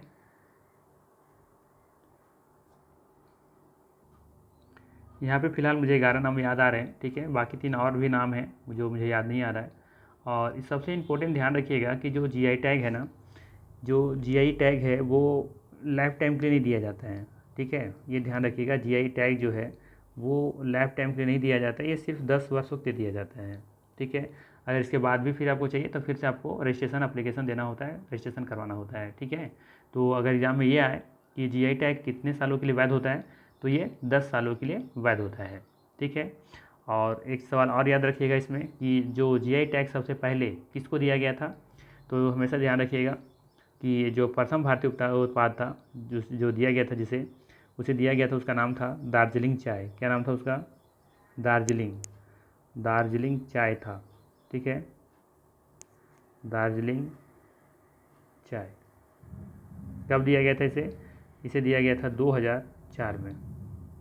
ठीक है, और ये ध्यान रखिएगा ये 10 सालों के लिए दिया जाता है। ठीक है ना, तो इतने पॉइंट्स याद रखने हैं यहाँ। चलिए आगे देखते हैं क्वेश्चन क्या है। अगला क्वेश्चन है, बिहार में गंगा नदी में मिलने वाली सोन नदी का उद्गम स्थल है। तो ये तो आसान सवाल है, अमरकंटक हो जाएगा। ऑप्शन नंबर डी के साथ चले जाएंगे। ठीक है, ऑप्शन नंबर डी के साथ चले जाएंगे। ठीक है ना, यहाँ पे डी सही हो जाएगा। डिटेल्स देख लेते हैं। सोन नदी छत्तीसगढ़ में अमरकंटक पहाड़ी के समीप से निकलती हैं। ठीक है, वैसे अमरकंटक छत्तीसगढ़ में नहीं है, अमरकंटक तो देखेंगे कि मध्य प्रदेश में ज़्यादा हिस्सा है। ठीक है, और अंत में बिहार के पटना के समीप गंगा नदी के में मिल जाती हैं। यह 4 राज्यों से होकर प्रवाहित होती हैं। कौन कौन, एक छत्तीसगढ़, मध्य प्रदेश, उत्तर प्रदेश और बिहार। ठीक है, इन 4 राज्यों से होकर के यह सोन नदी बहती हैं। ठीक है, नेक्स्ट है, बिहार के निम्न प्रशासनिक विभागीय जोड़ों में से किस जोड़े से गंगा नदी नहीं बहती हैं। ठीक है, दरभंगा मुंगेर, पूर्णिया भागलपुर, तिरहुत सारण, कोसी मगध। तो बताना है कि जो ऑप्शन से दिए हुए हैं उस ऑप्शन में से कहाँ से गंगा नदी नहीं बहती है। ठीक है, तो यहाँ पे देखेंगे कि दरभंगा मुंगेर से तो बहती हैं, ठीक है, और पूर्णिया और भागलपुर से भी बहती हैं, तिरहुत और सारण से भी निकलती हैं, यहाँ बहती है गंगा नदी, लेकिन कोसी और मगध वाले क्षेत्र में नहीं बहती हैं। तो हम लोग चले जाएंगे ऑप्शन नंबर डी के साथ। ठीक है, तो यहाँ पे डी ऑप्शन बिल्कुल सही हो जाएगा। ठीक है, ध्यान रखेंगे कि दरभंगा मुंगेर पूर्णिया भागलपुर तिरहुत सारण, ठीक है, पटना भी है, ठीक है, भोजपुर है, सारण है, बक्सर है, वैशाली है, समस्तीपुर है, बेगूसराय है, खगड़िया है, मुंगेर है, भागलपुर है, कटिहार, इस सब जिलों से देखेंगे कि गंगा बहती हैं, लेकिन यहाँ पर कोसी और मगध वाला क्षेत्र से गंगा नहीं बहती हैं। तो यहाँ पे डी ऑप्शन बिल्कुल सही हो जाएगा। ठीक है, तो हम लोग चले जाएंगे डी ऑप्शन के साथ, और यहाँ पे डिटेल्स दिया हुआ है, देख लेंगे एक बार। गंगा नदी अपनी यात्रा के क्रम में बक्सर, भोजपुर, सारण, पटना, वैशाली, समस्तीपुर, बेगूसराय, खगड़िया, मुंगेर, भागलपुर, कटिहार आदि जिलों से प्रवाहित होती है। इस प्रकार का यह कोसी मगध जोड़े में किसी में भी प्रवाहित नहीं होती, अतः विकल्प डी सही उत्तर है यहाँ पे। ठीक है, तो ध्यान रखिएगा ना, इसमें 2 बार रट जाइए, एक बार बोलिए जोर जोर से। बक्सर, भोजपुर, सारण, पटना, वैशाली, समस्तीपुर, बेगूसराय, खगड़िया, मुंगेर, भागलपुर, कटिहार, इस जिलों से गंगा होकर के बहती हैं। तो 1-2 बार आप रिवीजन करेंगे ना बोल करके, तो आपको याद हो जाएगा। ठीक है, कोशिश ऐसे ही कीजिए, पढ़ने का, बोलने का प्रयास कीजिए। ठीक है, आपको बेहतर तरीके से याद होगा। नेक्स्ट है, बिहार राज्य में गंगा के किनारे स्थित जिले की संख्या है। बिहार राज्य में गंगा के किनारे स्थित जिलों की संख्या कितने हैं? ठीक है, 21 है, 17 है, 6 है या 12 है? तो हम लोग चले जाएंगे ऑप्शन नंबर सी के साथ, 12 जिले हैं। ठीक है, कितने जिले हैं? 12 जिले हैं। ठीक है, ध्यान रखिएगा, 12 जिले से होकर के गंगा नदी देखेंगे कि पार होती हैं। ठीक है, तो यहाँ पे ऑप्शन नंबर सी सही हो जाएगा। ठीक है, ऑप्शन नंबर सी से चले जाएंगे हम लोग। यहाँ पे 12 जिलों का नाम याद रख सकते हैं, कौन कौन है? सारण है, बक्सर है, भोजपुर है, पटना, वैशाली, समस्तीपुर, बेगूसराय, लखीसराय, मुंगेर, खगड़िया, भागलपुर, कटिहार, और ये सभी शामिल हैं। ठीक है, तो कितने हो गए? 1 2 3 4 5 6 7 8 9 10 11 12। ठीक है, तो ये 12 जिले देखेंगे कि यहाँ से गंगा पार होती हैं। ठीक है, तो ध्यान रखिएगा, सारण, बक्सर, भोजपुर, पटना, वैशाली, समस्तीपुर, बेगूसराय, लखीसराय, मुंगेर, खगड़िया, भागलपुर और कटिहार। इसमें इंपॉर्टेंट क्या ध्यान रखना है? इसमें इंपॉर्टेंट आपको ध्यान रखना है कि बक्सर ज़िले से प्रवेश करती हैं। ठीक है, बक्सर से ये प्रवेश करती हैं। ठीक है, इसके बाद फिर आपका जो बाहर निकलती हैं, जहाँ से एंड करती हैं, ठीक है, तो वो है आपका कटिहार। ठीक है, कटिहार होते हुए ये बाहर निकल जाती हैं, पर ये जा के बंगाल में, वेस्ट बंगाल में प्रवेश करती हैं। ठीक है, ये दो जिले का नाम भी आपको याद रखना चाहिए। प्रवेश बक्सर में हो रहा है और बाहर निकल रही हैं कहाँ से? कटिहार होते हुए, कटिहार जिला से निकल रही हैं बाहर। ठीक है, दूसरे राज्य में प्रवेश कर रही हैं। ठीक है ना, चलिए आगे देखते हैं। बिहार के किस जिले में गंगा नदी सबसे लंबी है? ठीक है, तो आसान सा सवाल है, सभी जानते हैं हम लोग, पटना इसका सही आंसर हो जाएगा। ऑप्शन नंबर सी के साथ चले जाएंगे। ठीक है ना, क्योंकि पटना का जो जानते ही हैं, पटना का जो आकृति है वो कुछ लंबा ही है, उत्तर से लेकर के पूरब से पश्चिम को उसको देखेंगे कि लंबाई में है, वो फैला हुआ है, तो सबसे ज़्यादा लेंथ देखने को मिलेगा वो पटना में देखने को मिलेगा, ये ध्यान रखना है। ऑप्शन नंबर यहाँ पर सी सही हो जाएगा। बाकी डिटेल्स थोड़ा सा देख लीजिए। गंगा नदी बिहार के 12 जिलों से होकर गुजरती है, जिसमें गंगा की सर्वाधिक जो लंबाई है पटना में 99 किलोमीटर है। दूसरे स्थान पर भागलपुर आता है, यहाँ जहाँ गंगा की नदी लगभग 97 किलोमीटर है। ठीक है, तो इम्पोर्टेंट ये नहीं है कि पटना है, पटना तो सबको याद है, याद ये रखना है आपको, जहाँ गंगा की नदी लंबाई जो है 97 किलोमीटर है, जो भागलपुर आता है, ये याद रखना है आपको। ठीक है, भागलपुर याद रखिएगा, पहला नंबर पर नहीं याद रखिएगा। ठीक है, पहला नंबर भूल जाइए कि पटना है, आपको याद क्या रखना है? दूसरे स्थान वाला जो भागलपुर आता है, जिसकी लंबाई कितना है? 97 किलोमीटर। पहला नंबर भूल जाना है आपको। ठीक है, पहला नंबर भूल जाइए कि पटना है। दूसरा नंबर याद रखिए कि दूसरा नंबर जो है वो भागलपुर है, जो इसकी लंबाई कितनी है, जहाँ से गंगा पार होती है उसकी लंबाई कितना है? 97 किलोमीटर।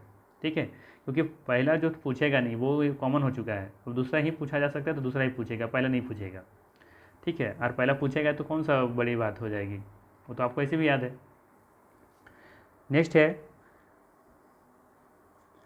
बिहार में प्रवाहित होने वाली निम्नलिखित नदियों में से उत्तर की ओर प्रवाहित होने वाली कौन सी नदी है? ठीक है, बिहार में प्रवाहित होने वाली निम्न नदियों में से उत्तर की ओर प्रवाहित होने वाली कौन सी नदी है? बागमती, कमला, कोसी, गंडक। ठीक है, सवाल है बिहार में प्रवाहित होने वाली निम्न नदियों में से उत्तर की ओर प्रवाहित होने वाली कौन सी नदी है? बागमती, कमला, कोसी, गंडक। उपयुक्त में से कोई नहीं, उपयुक्त में से एक से अधिक होगा। ठीक है, तो बताइए इसका आंसर क्या होगा? तो यहाँ पे देखेंगे जो सही आंसर होगा वो होगा ऑप्शन नंबर ई। ठीक है, क्यों? क्योंकि देखेंगे कि जो बागमती है, कमला है, कोसी है, गंडक है, ये सभी नदियाँ देखेंगे कि दक्षिण की ओर प्रवाहित होने वाली नदी है। ठीक है, प्रवाहित होने वाली नदी है दक्षिण की ओर, बागमती, कमला, कोसी, गंडक। ठीक है, तो यहाँ पे चले जाएंगे हम लोग ऑप्शन नंबर ई के साथ। ठीक है, थोड़ा सा डिटेल्स देख लीजिए। दिए गए विकल्पों में कोई भी नदी उत्तर दिशा की ओर प्रवाहित नहीं होती है, बल्कि नदियाँ उद्गम स्थल से दक्षिण दिशा की ओर प्रवाहित होते हुए सहायक या उप सहायक नदी के रूप में अंततः गंगा में मिल जाती हैं। सोन, पुनपुन आदि नदियाँ उद्गम स्थल से उत्तर दिशा की ओर प्रवाहित होते हुए गंगा में मिल जाती हैं। ठीक है, तो फिर से एक बार देख लीजिए, यहाँ पे थोड़ा सा शॉर्ट भी ले लीजिए। जैसे ये गंगा है, ठीक है ना, तो ये गंगा देखेंगे यहाँ से, इधर से जो उत्तर से दक्षिण की तरफ जो आने वाली नदियाँ हैं, सबसे पहला नदी है घाघरा। ठीक है, क्या नाम है उसका? घाघरा। ठीक है, इस बार जो नदी आ रही है उसका नाम है गंडक। ठीक है, इस बार जो नदी आ रहा है उसका नाम क्या है? बूढ़ी गंडक। ठीक है, इस बार जो नदी आ रही है उसका नाम क्या है? बागमती। ठीक है, ठीक है ना। इसके बाद जो नदी आ रही है उसका नाम है कोसी, और अंतिम में देखेंगे महानंदा। ठीक है, अंतिम नदी कौन सी है? महानंदा। ठीक है, ये देखेंगे उत्तर से दक्षिण की तरफ बहने वाली नदी है। ठीक है, इसके बाद हम बात करें हम, तो यहाँ पे देखेंगे सभी नदी क्या है, ये उत्तर की ओर प्रवाहित होने वाली नहीं है, उत्तर से प्रवाहित होने वाली हैं। ठीक है, उत्तर से दक्षिण की ओर प्रवाहित होने वाली सब नदियाँ हैं, जबकि यहाँ लिखा गया है सवाल में कि उत्तर की ओर नहीं हो रही, उत्तर से हो रही है दक्षिण की ओर। ठीक है, बाकी हम बात करें अगर दक्षिण से उत्तर की ओर प्रवाहित होने वाली नदी कौन कौन सी है, तो सबसे पहले यहाँ पर देखने को मिलेगा आपको कर्मनाशा। ठीक है, पहली नदी कौन सी है? कर्मनाशा। थोड़ा सा रुक जाइए, इसको फिर से लिख देता हूँ मैं, ये है कर्मनाशा। ठीक है, इस बार दूसरी नदी है कौन सी है इधर? सोन नदी। ठीक है, इसके बाद फिर देखेंगे सोन के बाद पुनपुन, इसके बाद फिर देखेंगे इधर फल्गु। ठीक है, इसके बाद फिर देखेंगे क्यूल, और इसके बाद फिर देखेंगे कि हम मुंगेर से निकलते हुए इधर ये बंगाल में झारखंड होते हुए बंगाल जा करके फिर ये जाके गंगा मिल जाती हैं, अजय। ठीक है, आई बात समझ में? तो ये है क्रम। तो यहाँ पे देखेंगे इसमें से बागमती, कोसी, कमला, गंडक ये सभी नदी देखेंगे उत्तर से दक्षिण की तरफ आ रही हैं, ना कि उत्तर की ओर प्रवाहित हो रही हैं। उत्तर की ओर प्रवाहित होने वाली नदी कौन कौन सी है? कर्मनाशा, सोन, पुनपुन, फल्गु, क्यूल और अजय। ठीक है, अजय नहीं होगा, अजय नहीं होगा। ठीक है, ये तो दक्षिण की तरफ, हाँ ये दक्षिण की तरफ ही प्रवाहित हो रही है ना, दक्षिण की ओर प्रवाहित होते हुए बिहार से निकलती हैं, और झारखंड होते हुए ये जाके वेस्ट बंगाल में जाकर के फिर गंगा में मिल जाती हैं। ठीक है, तो ये ध्यान रखना है आपको। चलिए आगे देखते हैं, नेक्स्ट क्वेश्चन क्या है। नेक्स्ट है, बिहार का शोक नदी को क्या कहा जाता है? कोसी कहा जाता है, ज़्यादा डिस्कस करने की ज़रूरत नहीं है इसमें। ठीक है, नेक्स्ट है, यहाँ पे ऑप्शन नंबर सी सही हो जाएगा। कोसी नदी एक सीमा पारीय नदी है जो नेपाल एवं भारत से होकर प्रवाहित होती है, इसे बिहार का शोक कहा जाता है। नेक्स्ट है, कोपेन के जलवायु वर्गीकरण के अनुसार उत्तर बिहार की जलवायु किससे प्रदर्शित की जा सकती है? CWG, AW, CA-W या फिर CB-W। ठीक है, तो क्या होगा इसका सही आंसर? उपयुक्त में से कोई नहीं होगा या उपयुक्त में से एक से अधिक होगा।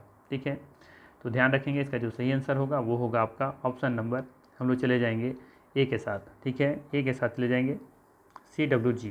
ठीक है, ध्यान रखेंगे थोड़ा सा, अगर कोपेन के बारे में बात करेगा और अगर मान लेते हैं अगर इस तरीके से बिहार है यदि, ठीक है ना, तो बिहार का यदि यहाँ पे जो देखेंगे जो गंगा है तो उसके ऊपर वाले भाग को CWG और नीचे वाले भाग को AW। ठीक है, इस तरीके से वर्गीकरण किया गया है, ध्यान रखेंगे। ये मोटा मोटी मैं बता रहा हूँ शॉर्ट में आपको याद रखने के लिए। अगर उत्तर बिहार बोलेगा तो CWG बोलिएगा, और दक्षिण बिहार बोलेगा तो AW बोलिएगा। ठीक है, ये इतना सिंपल सा कॉन्सेप्ट में याद रखना है। ठीक है, अगर कुछ नहीं याद है तो। ठीक है, तो यहाँ पे चले जाएंगे हम लोग ऑप्शन नंबर ए के साथ। कोपेन के जलवायु वर्गीकरण के अनुसार उत्तर बिहार की जलवायु को CWG से प्रदर्शित किया जाता है। ठीक है, उसी तरीके से अगर ये पूरे भारत के बारे में बात करेंगे अगर यदि, ठीक है, अगर ये पूरे भारत के बारे में बात करें हम, उसका एक थोड़ा सा कॉन्सेप्ट यही है, अगर ये थोड़ा सा यदि पूरे भारत में बात करें तो ये जो परिद्वीपीय है ना, तो इसके ऊपर का जो है वो CWG और नीचे AW, सेम कॉन्सेप्ट यहाँ भी है। झारखंड बिहार के बारे में बात करेंगे तो ऊपर वाला CWG, नीचे वाला AW। उसी तरीके से पूरे भारत के बारे में बात करें तो ये वाला जो देख रहे हो प्रायद्वीपीय, उसके ऊपर वाला में चले जाएंगे तो CWG, और नीचे प्रायद्वीपीय में आ जाएंगे तो ये AW में आएगा। ठीक है, तो ये बेसिस का कॉन्सेप्ट दोनों याद रखिएगा। तो शायद अगर ये किस्मत से, अगर आपका किस्मत में लड़ गया तो ठीक है, ठीक है ना। नेक्स्ट है, बिहार के किस कृषि जलवायु क्षेत्र में सबसे अधिक जिले हैं? उत्तर पूर्व, उत्तर पश्चिम, दक्षिण पूर्व, दक्षिण पश्चिम। बिहार के किस कृषि जलवायु क्षेत्र में सबसे अधिक जिले हैं? ठीक है, उत्तर पूर्व में है या उत्तर पश्चिम में है, दक्षिण पूर्व में है या फिर दक्षिण पश्चिम में है, या उपयुक्त में से कोई नहीं होगा या उपयुक्त में से अधिक होगा। क्या होगा इसका सही आंसर? तो यहाँ पे देखेंगे जो सही आंसर है वो होगा आपका ऑप्शन नंबर बी, उत्तर पश्चिम। क्या हो जाएगा? उत्तर पश्चिम। ऑप्शन नंबर बी के साथ हम लोग चले जाएंगे। ठीक है, बिहार कृषि जलवायु क्षेत्र 4 में आता है, जिसे मध्य गंगा का मैदानी क्षेत्र कहा जाता है। मिट्टी के लक्षण, वर्षा, तापमान, भूभाग के आधार पर बिहार के 3 उप क्षेत्रों में तथा उत्तर प्रदेश, उत्तर पूर्व, उत्तर पश्चिम जलोढ़ मैदान और तथा दक्षिण बिहार जलोढ़ मैदान में बांटा गया है। दक्षिण बिहार जलोढ़ मैदान को पुनः दक्षिण पूर्व ए तथा दक्षिण पश्चिम बी में वर्गीकृत किया गया है। उत्तर पश्चिम जोन में कुल 12 जिले शामिल हैं। ठीक है, ध्यान रखिएगा, उत्तर पश्चिम जोन में कुल 12 जिले शामिल हैं, जबकि उत्तर पूर्व जोन में 8 जिले शामिल हैं। दक्षिण बिहार जलोढ़ मैदान जोन में कुल 17 जिले शामिल हैं। ठीक है, जिसमें से दक्षिण पूर्व जोन ए में 16 जिले तथा दक्षिण पश्चिम जोन बी में 11 जिले शामिल हैं। इस प्रकार स्पष्ट है कि सर्वाधिक जिले उत्तर पश्चिम जोन में शामिल हैं। ठीक है, तो इसको एक बार रीड कर लीजिएगा खुद से। ठीक है, चलिए आगे देखते हैं। आप चाहें तो इसको स्क्रीनशॉट कर लीजिए। ठीक है, लीजिए, चाहें तो इसका आप स्क्रीनशॉट करके रख सकते हैं। चलिए नेक्स्ट है,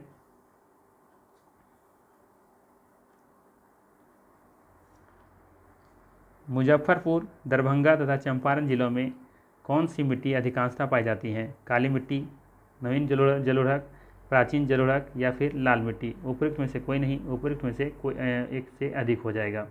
ठीक है, तो मुजफ्फरपुर और दरभंगा तथा चंपारण जिलों में कौन सी मिट्टी अधिकांशतः पाई जाती हैं, ये आपसे सवाल पूछा गया है।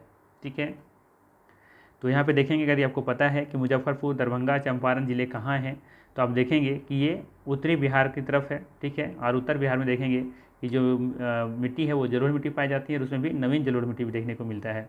ठीक है, ठीक है ना। तो ध्यान रखिएगा, जैसे अगर ये गंगा है, बिहार को 2 भागों में विभाजित करती हैं, तो ऊपर वाले जो देखेंगे इस एरिया में यहाँ पे नवीन जलोढ़ मिट्टी देखने को मिलेगा, जबकि नीचे देखेंगे तो ये पुरानी जो जलोढ़ मिट्टी यानी कि बांगर देखने को मिलता है। ठीक है, तो यहाँ पे सही आंसर हो जाएगा ऑप्शन नंबर बी। ठीक है, बी के साथ हम लोग चले जाएंगे। तो ध्यान रखिएगा, मुजफ्फरपुर, दरभंगा, चंपारण जिलों में आपको नवीन जलोढ़ मिट्टी देखने को मिलेगी। ठीक है, तो ऑप्शन नंबर हम लोग बी के साथ चले जाएंगे। डिटेल्स देखेंगे थोड़ा सा। दरभंगा, मुजफ्फरपुर एवं चंपारण जिलों में नवीन जलोढ़ मिट्टी पाई जाती हैं। गंडक, बूढ़ी गंडक, बागमती आदि नदियों द्वारा प्रत्येक वर्ष बाढ़ के पानी से लाए गए मलबों गाद के निक्षेपण से नवीन जलोढ़ मिट्टी खादर का निर्माण होता है। यह मिट्टी धान, गेहूँ, पटसन, गन्ना जैसे फसलों के उत्पादन में सहायक होती हैं। ठीक है, ध्यान आपको क्या रखना है कि दरभंगा, मुजफ्फरपुर एवं चंपारण जिलों में नवीन जलोढ़ मिट्टी पाई जाती हैं। गंडक, बूढ़ी गंडक, बागमती आदि नदियों द्वारा प्रत्येक वर्ष बाढ़ के पानी से लाए गए मलबों गाद के निक्षेपण से नवीन जलोढ़ मिट्टी का निर्माण होता है। यह मिट्टी धान, गेहूँ, पटसन, गन्ना जैसे फसलों के उत्पादन में सहायक होता है। ध्यान रखिएगा, अगर सवाल पूछा जाए आपसे क्या कि जलोढ़ मिट्टी में कौन सा फसल उत्पादन अच्छा होता है, तो ध्यान रखिएगा धान, गेहूँ, पटसन और गन्ना। ठीक है, इन सभी फसलों के उत्पादन में ये सहायक होता है कौन सा? जलोढ़ मिट्टी। ठीक है, जो ध्यान रखिएगा। और बात कर रहे हैं हम लोग, देखिए यहाँ पे गंडक है, बूढ़ी गंडक है, बागमती है, तो हम लोग सभी देखेंगे ये उत्तर से दक्षिण की तरफ बहने वाली नदियाँ हैं और जाके फिर गंगा में मिल जाती हैं। ठीक है, चलिए नेक्स्ट है, बिहार का सर्वाधिक जूट उत्पादक जिला है। बिहार का सर्वाधिक जूट उत्पादक जिला है सिवान, गया, वैशाली, पूर्णिया। उपयुक्त में से कोई नहीं होगा या उपयुक्त में से एक से अधिक होगा। बिहार का सर्वाधिक जूट उत्पादक जिला कौन सा है, ये बताना है आपको, तो ध्यान रखिएगा। अगर सवाल पूछा जाए बिहार का सर्वाधिक जूट उत्पादक जिला, तो इसका सही आंसर बताएंगे आप पूर्णिया। ठीक है, क्या बताएंगे? पूर्णिया जिला। ऑप्शन नंबर डी के साथ हम लोग चले जाएंगे। ठीक है, तो यहाँ पे डी यहाँ पे सही आंसर हो जाएगा। ठीक है, दिए गए विकल्पों में जूट का सर्वाधिक उत्पादन बिहार राज्य के पूर्णिया जिले में होता है। जूट की खेती बिहार के आर्द्र क्षेत्र में होता है। कहाँ पे? आर्द्र। ठीक है, जहाँ ह्यूमिडिटी होती है। इसकी उपज के लिए उच्च आर्द्रता, उच्च तापमान, उपजाऊ जलोढ़ मिट्टी, हल्की वर्षा, 105 से 115 मिलीमीटर के आसपास होना चाहिए वर्षा आवश्यक है। आर्थिक समीक्षा 2022-23 के अनुसार भारत में सर्वाधिक जूट उत्पादन पश्चिम बंगाल राज्य में होता है। ठीक है, पश्चिम बंगाल कुल जूट उत्पादन का लगभग 81% और असम करता है 8.78% तथा बिहार में 7.9% तक यहाँ पे उत्पादन होता है। बिहार का जूट उत्पादन में तीसरा स्थान है। पहला स्थान है किसका? पश्चिम बंगाल का, दूसरा असम का, तीसरा बिहार का। ये ध्यान रखिएगा, ये इंपॉर्टेंट पॉइंट है। ठीक है, इंपॉर्टेंट क्या है कि बिहार जूट के उत्पादन में तीसरा स्थान रखता है। ठीक है, ये रिपोर्ट ज़्यादा पुराना है भी नहीं, ये कब का है? 2022-23 का रिपोर्ट भी है, तो ये लेटेस्ट रिपोर्ट है, तो इसे आप याद रख सकते हैं। ठीक है, नेक्स्ट है, प्रधानमंत्री नरेंद्र मोदी ने हाल ही में मंडल बांध परियोजना की नींव किस नदी पर बनाने के लिए रखी थी? सवाल है, प्रधानमंत्री नरेंद्र मोदी ने हाल ही में मंडल बांध परियोजना की नींव किस नदी पर बनाने के लिए रखी थी? ऑप्शंस है कोसी, बूढ़ी गंडक, फल्गु, उत्तरी कोयल। ठीक है, तो बताइए इसका सही आंसर क्या होगा? तो यहाँ पे देखेंगे जो सही आंसर है वो है आपका ऑप्शन नंबर, चले जाएंगे हम लोग उत्तरी कोयल के साथ, यानी कि डी के साथ। ठीक है, यहाँ पे डी ऑप्शन बिल्कुल सही हो जाएगा। ठीक है, उत्तरी कोयल। प्रधानमंत्री नरेंद्र मोदी ने हाल ही में मंडल बांध परियोजना की जो नींव रखी है वो उत्तरी कोयल नदी पर रखे हैं। ठीक है ना, ऑप्शन नंबर हम लोग डी के साथ चले जाएंगे यहाँ पे। ठीक है, अगर आप लोग से हम ये पूछें कि बताइए कि कोसी नदी, ठीक है, बूढ़ी गंडक, फल्गु और उत्तरी कोयल, ये सभी जो नदियाँ हैं वो किधर है? उत्तर बिहार की नदियाँ हैं या फिर दक्षिण बिहार की नदियाँ हैं? तो क्या बताएंगे आप? कमेंट करके तो मुझे बताइए तो ज़रा क्या होगा इसका सही आंसर। कौन सी नदियाँ किधर से आ रही हैं? तो उत्तर से दक्षिण की तरफ कौन बह रही हैं और दक्षिण से उत्तर की तरफ कौन नदियाँ बह रही हैं? अगर आपको कॉन्सेप्ट क्लियर तो ज़रा बताइए मुझे कमेंट करके। इसमें डिटेल्स थोड़ा सा देखेंगे। 5 जनवरी 2019 को प्रधानमंत्री नरेंद्र मोदी ने झारखंड के पलामू जिले के मेदिनीनगर में उत्तर कोयल मंडल डैम परियोजना की सिंचाई एवं पेयजल परियोजनाओं को शिलान्यास किया। यह परियोजना झारखंड के लातेहार, पलामू और गढ़वा जिले में अवस्थित है। ठीक है, यह परियोजना झारखंड के लातेहार, पलामू और गढ़वा जिले में अवस्थित है। यह परियोजना उत्तरी कोयल नदी, सोन नदी की सहायक नदी पर निर्मित है। ठीक है, तो ध्यान रखिएगा, उत्तरी कोयल, ये सवाल पूछा जा सकता है कि उत्तरी कोयल जो नदी है वो किसकी सहायक नदी है? तो ये सोन नदी की सहायक नदी है। इस परियोजना से बिहार के औरंगाबाद और गया जिलों तथा झारखंड के गढ़वा, पलामू जिलों में सिंचाई की सुविधा उपलब्ध होगी। ठीक है, ध्यान रखेंगे, इस परियोजना से बिहार के औरंगाबाद और गया जिलों तथा झारखंड के गढ़वा, पलामू जिलों में सिंचाई की सुविधा उपलब्ध होगी। ठीक है, चलिए आगे देखते हैं। त्रिवेणी नहर किस नदी पर निर्मित है? सवाल है, त्रिवेणी नहर किस नदी पर निर्मित है? ऑप्शंस हैं कोसी, सोन, गंडक, कमला। उपयुक्त में से कोई नहीं होगा या फिर उपयुक्त में से एक से अधिक होगा। ठीक है, सवाल है त्रिवेणी नहर किस नदी पर निर्मित है? ठीक है, तो शायद ये क्वेश्चन रिपीट हुए हैं, ये 2017 के बीपीएससी के प्री एग्जाम में पूछा गया सवाल है। ठीक है, तो इसका जो सही आंसर है वो है आपका ऑप्शन नंबर सी, यानी कि गंडक। ठीक है, गंडक यहाँ पे सही आंसर हो जाएगा। ठीक है, त्रिवेणी नहर गंडक नदी पर निर्मित है, तो ऑप्शन नंबर हम लोग चले जाएंगे सी के साथ। ठीक है, ध्यान रखिएगा, त्रिवेणी नहर का निर्माण बिहार में गंडक नदी पर किया गया है। नेक्स्ट है, कैमूर पठार किसके लिए प्रसिद्ध है? कैमूर का पठार किसके लिए प्रसिद्ध है? तांबा, चूना पत्थर, लिथियम, बॉक्साइड। उपयुक्त में से कोई नहीं होगा या फिर उपयुक्त में से एक से अधिक होगा। ठीक है, तो यहाँ पे देखेंगे जो सही आंसर है वो है आपका चूना पत्थर। ठीक है, तो ऑप्शन नंबर हम लोग चले जाएंगे बी के साथ। कैमूर का पठार, रोहतास का पठार, जो भी हो दोनों का सवाल का आंसर एक ही होगा, चूना पत्थर। ठीक है, ध्यान रखिएगा। और ये किसका भाग है? तो ये है विंध्यन जो चट्टानें हैं, विंध्यन क्रम की जो चट्टानें हैं उसका ये भाग है। ठीक है, तो ऑप्शन नंबर हम लोग चले जाएंगे बी के साथ। थोड़ा सा डिटेल्स देखा जाए, कैमूर का पठार चूना पत्थर के लिए प्रसिद्ध है। कैमूर पठार रोहतास और कैमूर जिले में स्थित है ना। ध्यान रखिए, कैमूर का पठार रोहतास और कैमूर जिले में स्थित है। यह पठार सैल, चूना पत्थर और बलुआ पत्थर से निर्मित है। इस पठार के चूना पत्थर के आधार पर बंजारी में सीमेंट उद्योग भी लगा हुआ है। ठीक है, और देखेंगे रोहतास में ही डालमिया से सीमेंट भी है, फैक्ट्री है ना। चलिए आगे देखते हैं। निम्नलिखित जिलों में से कौन सी बिहार में स्थित है? अनुपम झील, सांभर झील, कामा झील, सुखना झील। क्या होगा इसका सही आंसर बताइए ज़रा। निम्नलिखित जिलों में से कौन सी बिहार में स्थित है? ठीक है, तो यहाँ पे देखेंगे जो सही आंसर होगा वो होगा आपका ऑप्शन नंबर ए।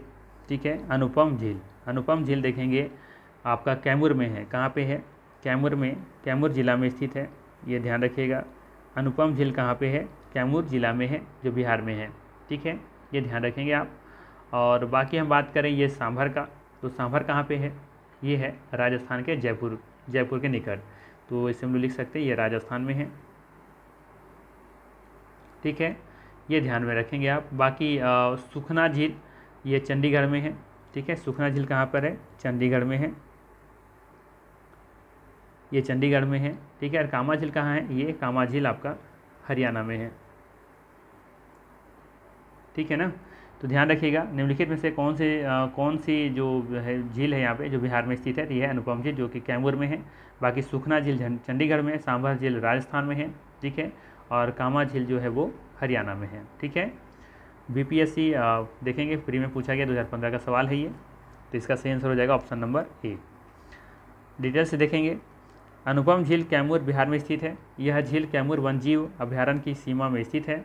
कैमूर वन्यजीव अभ्यारण्य बिहार के कैमूर जिले में स्थित कैमूर पहाड़ी श्रृंखला के बीच उत्तर प्रदेश की सीमा के पास सोन नदी के पश्चिमी तट पर भभुआ के निकट स्थित है। कैमूर वन्यजीव अभ्यारण्य बिहार का सबसे बड़ा वन्यजीव अभ्यारण्य है। सांभर झील राजस्थान में जयपुर के निकट स्थित है। ध्यान रखेंगे, सांभर झील राजस्थान के जयपुर के निकट स्थित है, जबकि सुखना झील आपका चंडीगढ़ में है। ठीक है, और बाकी कामा झील कहाँ है? आपका हरियाणा में है। ठीक है, चलिए आगे देखते हैं। सवाल है, उत्तर बिहार किसके लिए प्रसिद्ध है? उत्तर बिहार के बारे में बात हो रहा है। कृषि समृद्धि के लिए, भारी उद्योग के लिए, सूखा के लिए या बाढ़ के लिए? तो यहाँ पे देखेंगे कि उत्तर बिहार जो है ज़्यादा फेमस किसके लिए है? तो बाढ़ के लिए है, क्योंकि कोसी नदी सब बहुत सी नदियाँ देखेंगे कि बहुत तेज़ी से बहती हुई आती हैं, गंगा मिलती है, तो यहाँ पे बाढ़ का कारण बनता है। और हम लोग जानते हैं कि बिहार का जो शोक है वो कोसी नदी भी है, और कोसी नदी का जो देखेंगे जो प्रवाहित क्षेत्र वो किधर है? उत्तरी गंगा के मैदान की तरफ है, यानी बिहार में उत्तर क्षेत्र में है। ठीक है, तो इसीलिए इसका सही आंसर हो जाएगा ऑप्शन नंबर बी हो जाएगा, सी हो जाएगा। ठीक है, बाढ़ इसका सही आंसर हो जाएगा। ठीक है, भारी उद्योग तो खैर नहीं है। ठीक है, खास करके अगर देखेंगे तो दक्षिणी जो बिहार है उधर भारी उद्योग देखने को मिलते हैं, जैसे कि रोहतास में देखेंगे, है ना, रोहतास कैमूर की तरफ में। तो यहाँ पे सी आंसर सही होगा। ठीक है, तो हम लोग सी के साथ जाएंगे। इसका डिटेल्स देख सकते हैं। उत्तर बिहार का लगभग 7.3% क्षेत्र बाढ़ के प्रति संवेदनशील है। इस क्षेत्र में प्रतिवर्ष बाढ़ आने के कारण यहाँ की फसल तथा जनजीवन अस्त व्यस्त हो जाते हैं। ठीक है, नेक्स्ट है, बिहार के क्षेत्रफल में कुल बोई गई भूमि का प्रतिशत है। ठीक है, तो ध्यान दीजिएगा, जिसमें ये सवाल पूछा गया था 2008 में पूछा गया सवाल है। ठीक है, तो ये प्रजेंट में हम लोग बात करेंगे, क्योंकि 2008 का है डेटा है, तो हम लोग अब फिलहाल की प्रजेंट के डेटा के बारे में बात करेंगे। तो प्रजेंट में यहाँ पे कोई भी ऑप्शन नहीं है। ठीक है, तो बिहार के क्षेत्रफल में कुल बोई गई भूमि का जो प्रतिशत है वो हम लोग करेंट को हम लोग को पूछा जाएगा, ना कि 2008 का पूछा जाएगा। तो हम लोग यहाँ पर डिटेल से देखेंगे इसका। बिहार आर्थिक समीक्षा 2022-23 के अनुसार वर्ष 2020-21 में राज्य में कुल बोई गई भूमि ग्रॉस सॉन एरिया 7,264.5 हज़ार हेक्टेयर है, जो राज्य के कुल भौगोलिक क्षेत्रफल का लगभग 77.61% है। तो ध्यान रखिएगा, यहाँ पे जो सही आंसर होगा वो होगा 77.61%। ठीक है, तो यहाँ पे 2008 का डेटा है, जबकि हम लोग को करंट डेटा पढ़ना है, तो 77.61 याद रखिएगा। ठीक है, कुल भौगोलिक क्षेत्रफल का ये हिस्सा है। नेक्स्ट है, बिहार में कोयले का अनुमानित भंडार है। बिहार में कोयले का अनुमानित जो भंडार है वो कितना है ये बताना है आपको।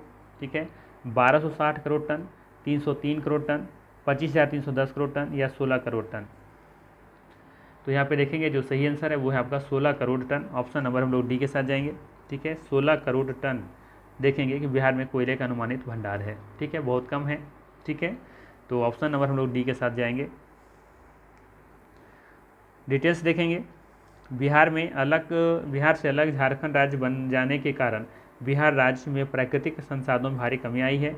बिहार में कोयले का अनुमानित भंडार आपका यहाँ पे 4,437 मिली टन यानी कि 1 अप्रैल 2023 के अनुसार है। प्रश्नकाल में बिहार में कोयले का अनुमानित भंडार 16 करोड़ टन था। ठीक है, प्रश्नकाल में बिहार में कोयले का अनुमानित भंडार जो है वो 16 करोड़ टन था। ये ध्यान रखना प्रश्नकाल में। ठीक है, जब प्रश्न पूछा गया था उस समय की ये बात है। ठीक है, समझ में आया ना। ये क्वेश्चन का आंसर क्या कहा जा रहा है? कहा जा रहा है प्रश्नकाल में, यानी कि जब प्रश्न पूछा गया तो उस काल में बिहार में कोयले का अनुमानित जो भंडार था तो क्या अनुमान किया गया था ये 16 करोड़ टन है। लेकिन देखा जाए तो अभी जो अनुमानित भंडार है, ठीक है, वो कितना है? 4,437.18 मिली टन है। ठीक है, ये 1 अप्रैल 2023 के अनुसार है। ठीक है, नेक्स्ट है बिहार में कितने वर्ग मीटर वन क्षेत्र हैं? बिहार में कितने वर्ग मीटर वन क्षेत्र हैं? 28-12 वर्ग मीटर, 24-61 वर्ग मीटर, 36-12 वर्ग मीटर या फिर 26-12 वर्ग मीटर। ये पूछा गया बीपीएससी सवाल में, प्री में 2015 का सवाल है। ठीक है, यहाँ पे जो ऑप्शंस दिए गए हैं ऑप्शन सही नहीं है। ठीक है, ऑप्शंस में उल्टा पल्टा दे दिया है, कोई भी ऑप्शंस यहाँ पे सही नहीं होगा। तो यहाँ पे डिटेल्स हम लोग देख लेते हैं कि इसका सही आंसर क्या होने वाला है।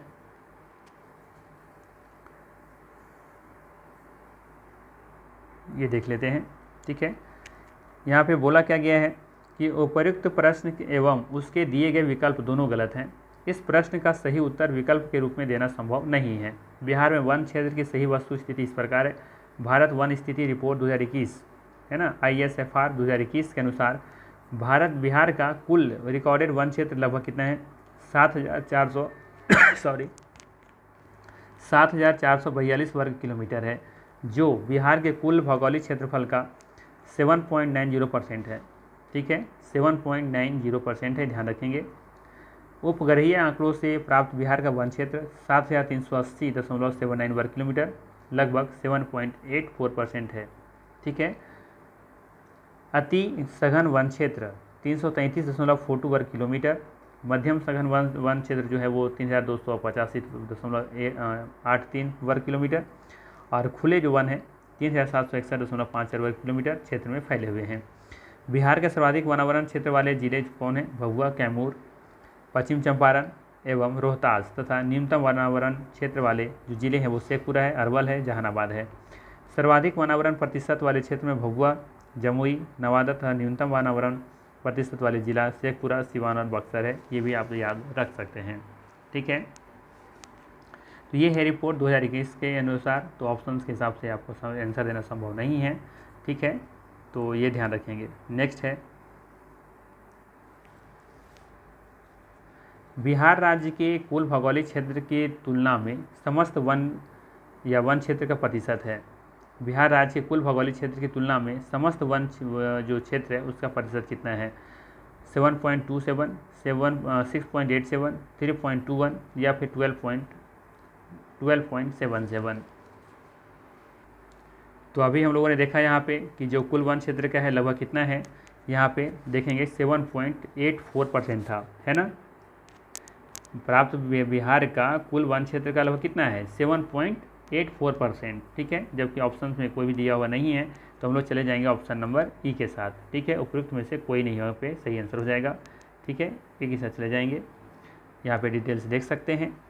भारत वन स्थिति रिपोर्ट ISFR 2021 के अनुसार बिहार में कुल भौगोलिक क्षेत्र वन क्षेत्र 7.84% है। ठीक है, नेक्स्ट है बिहार के कुल भौगोलिक क्षेत्र का वनाच्छादित प्रतिशत है लगभग कितना? 17%, 23%, 27%, 33%। बिहार के कुल भौगोलिक क्षेत्र का वन आच्छादित जो प्रतिशत है वो लगभग कितना है? मतलब ये कि जितना भी बिहार के पास भूमि है उसका कितना % में वन है। ठीक है, ये पूछा जा रहा है आपसे। बिहार के कुल भौगोलिक क्षेत्र का वन आच्छादित प्रतिशत है लगभग कितना है। तो यहाँ पे देखेंगे जो सही आंसर है वो होगा आपका ऑप्शन नंबर, यहाँ पे भी सही कोई दिख नहीं रहा है, ठीक है। तो यहाँ पे हम लोग, क्योंकि हम लोग जानते हैं कि 7.84% होना चाहिए, तो यहाँ पे कोई भी सही आंसर नहीं है। तो हम लोग देखेंगे डिटेल्स क्या दिया है। तो डिटेल्स में दिया है प्रश्नकाल में वर्ष 1997 की वन स्थिति रिपोर्ट के अनुसार बिहार के कुल भौगोलिक क्षेत्र का 15.7% वन आच्छादित था, ठीक है। वन फैला हुआ था 15.7 में, ठीक है, जो ऑप्शन में भी नहीं है। भारतीय वन स्थिति रिपोर्ट 2021 के बारे में अगर हम बात करें तो बिहार का भौगोलिक क्षेत्र का 7.84% भाग पर वन है। तो ना उस डेटा के हिसाब से ना इस डेटा के हिसाब से, कोई भी डेटा के हिसाब से यहाँ पे सही आंसर नहीं है। तो हम लोग यहाँ पे किसी की ऑप्शन में आंसर हम लोग नहीं दे पाएंगे, ठीक है। तो ये अभी का डेटा जो प्रेजेंट डेटा में जो एग्जाम में पूछा जाएगा तो वहाँ पे बताएंगे 7.84% भाग में वन फैला हुआ है, ठीक है। ये आपका सही आंसर हो जाएगा, ठीक है, ये ध्यान रखिएगा 7.84%। नेक्स्ट है, निम्नलिखित में से कौन सा जिला सबसे अधिक घने पतझड़ वाले वन क्षेत्र से घिरा हुआ है। सवाल है, निम्नलिखित में से कौन सा जिला सबसे अधिक घने पतझड़ वाले वन क्षेत्र से घिरा है। पश्चिम चंपारण, गया, कैमूर या नवादा। उपयुक्त में से कोई नहीं होगा या फिर उपयुक्त में से एक से अधिक होगा। यहाँ पे जो सही आंसर है वो है आपका ऑप्शन नंबर ए होगा, ठीक है, पश्चिम चंपारण। पश्चिम चंपारण देखेंगे कि यहाँ पे सबसे अधिक घने पतझड़ वाले वन क्षेत्र से घिरा हुआ ये क्षेत्र है, तो इसका सही आंसर हो जाएगा ऑप्शन नंबर ए, ठीक है।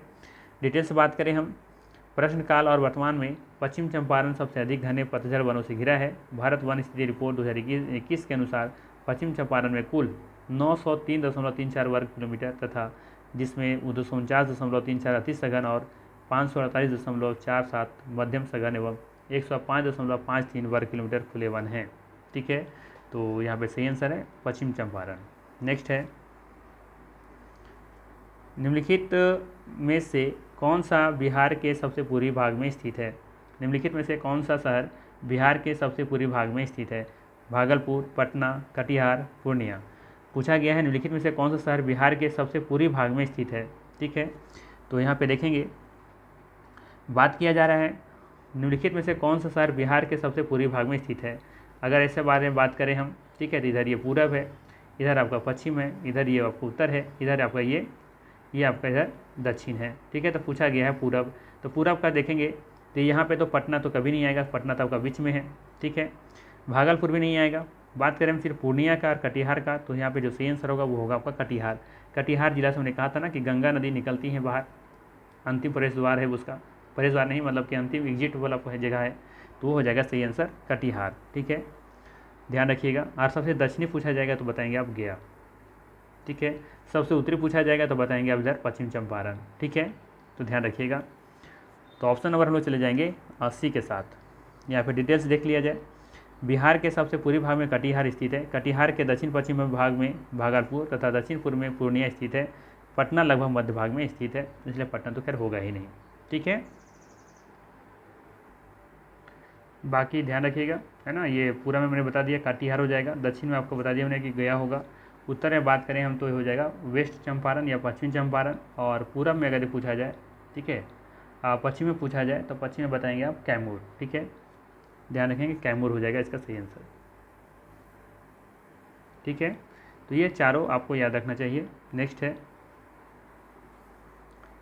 और 50वां क्वेश्चन पे हम लोग पहुँच गए हैं।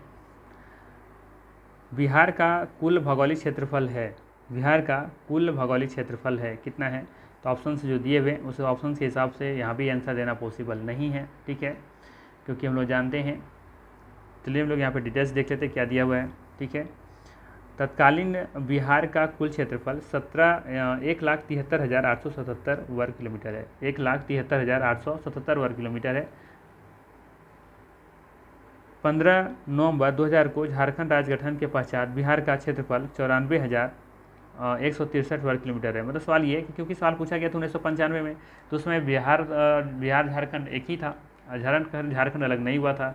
तो उस समय जिसमें क्वेश्चन पूछा गया था उस समय कुल क्षेत्रफल जो था वो था कितना, 1,73,877 वर्ग किलोमीटर।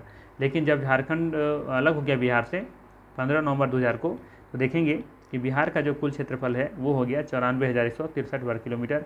तो आपको जो एग्जाम में पूछा जाएगा बिहार का कुल भौगोलिक क्षेत्रफल, तो आप बताएंगे 94,163 वर्ग किलोमीटर। ठीक है, लेकिन ऑप्शन के हिसाब से देखेंगे तो यहाँ पे कोई भी ऑप्शन यहाँ पे मैच नहीं कर रहे हैं। 173 होना चाहिए था, यहाँ पे 173 किसी में भी नहीं है।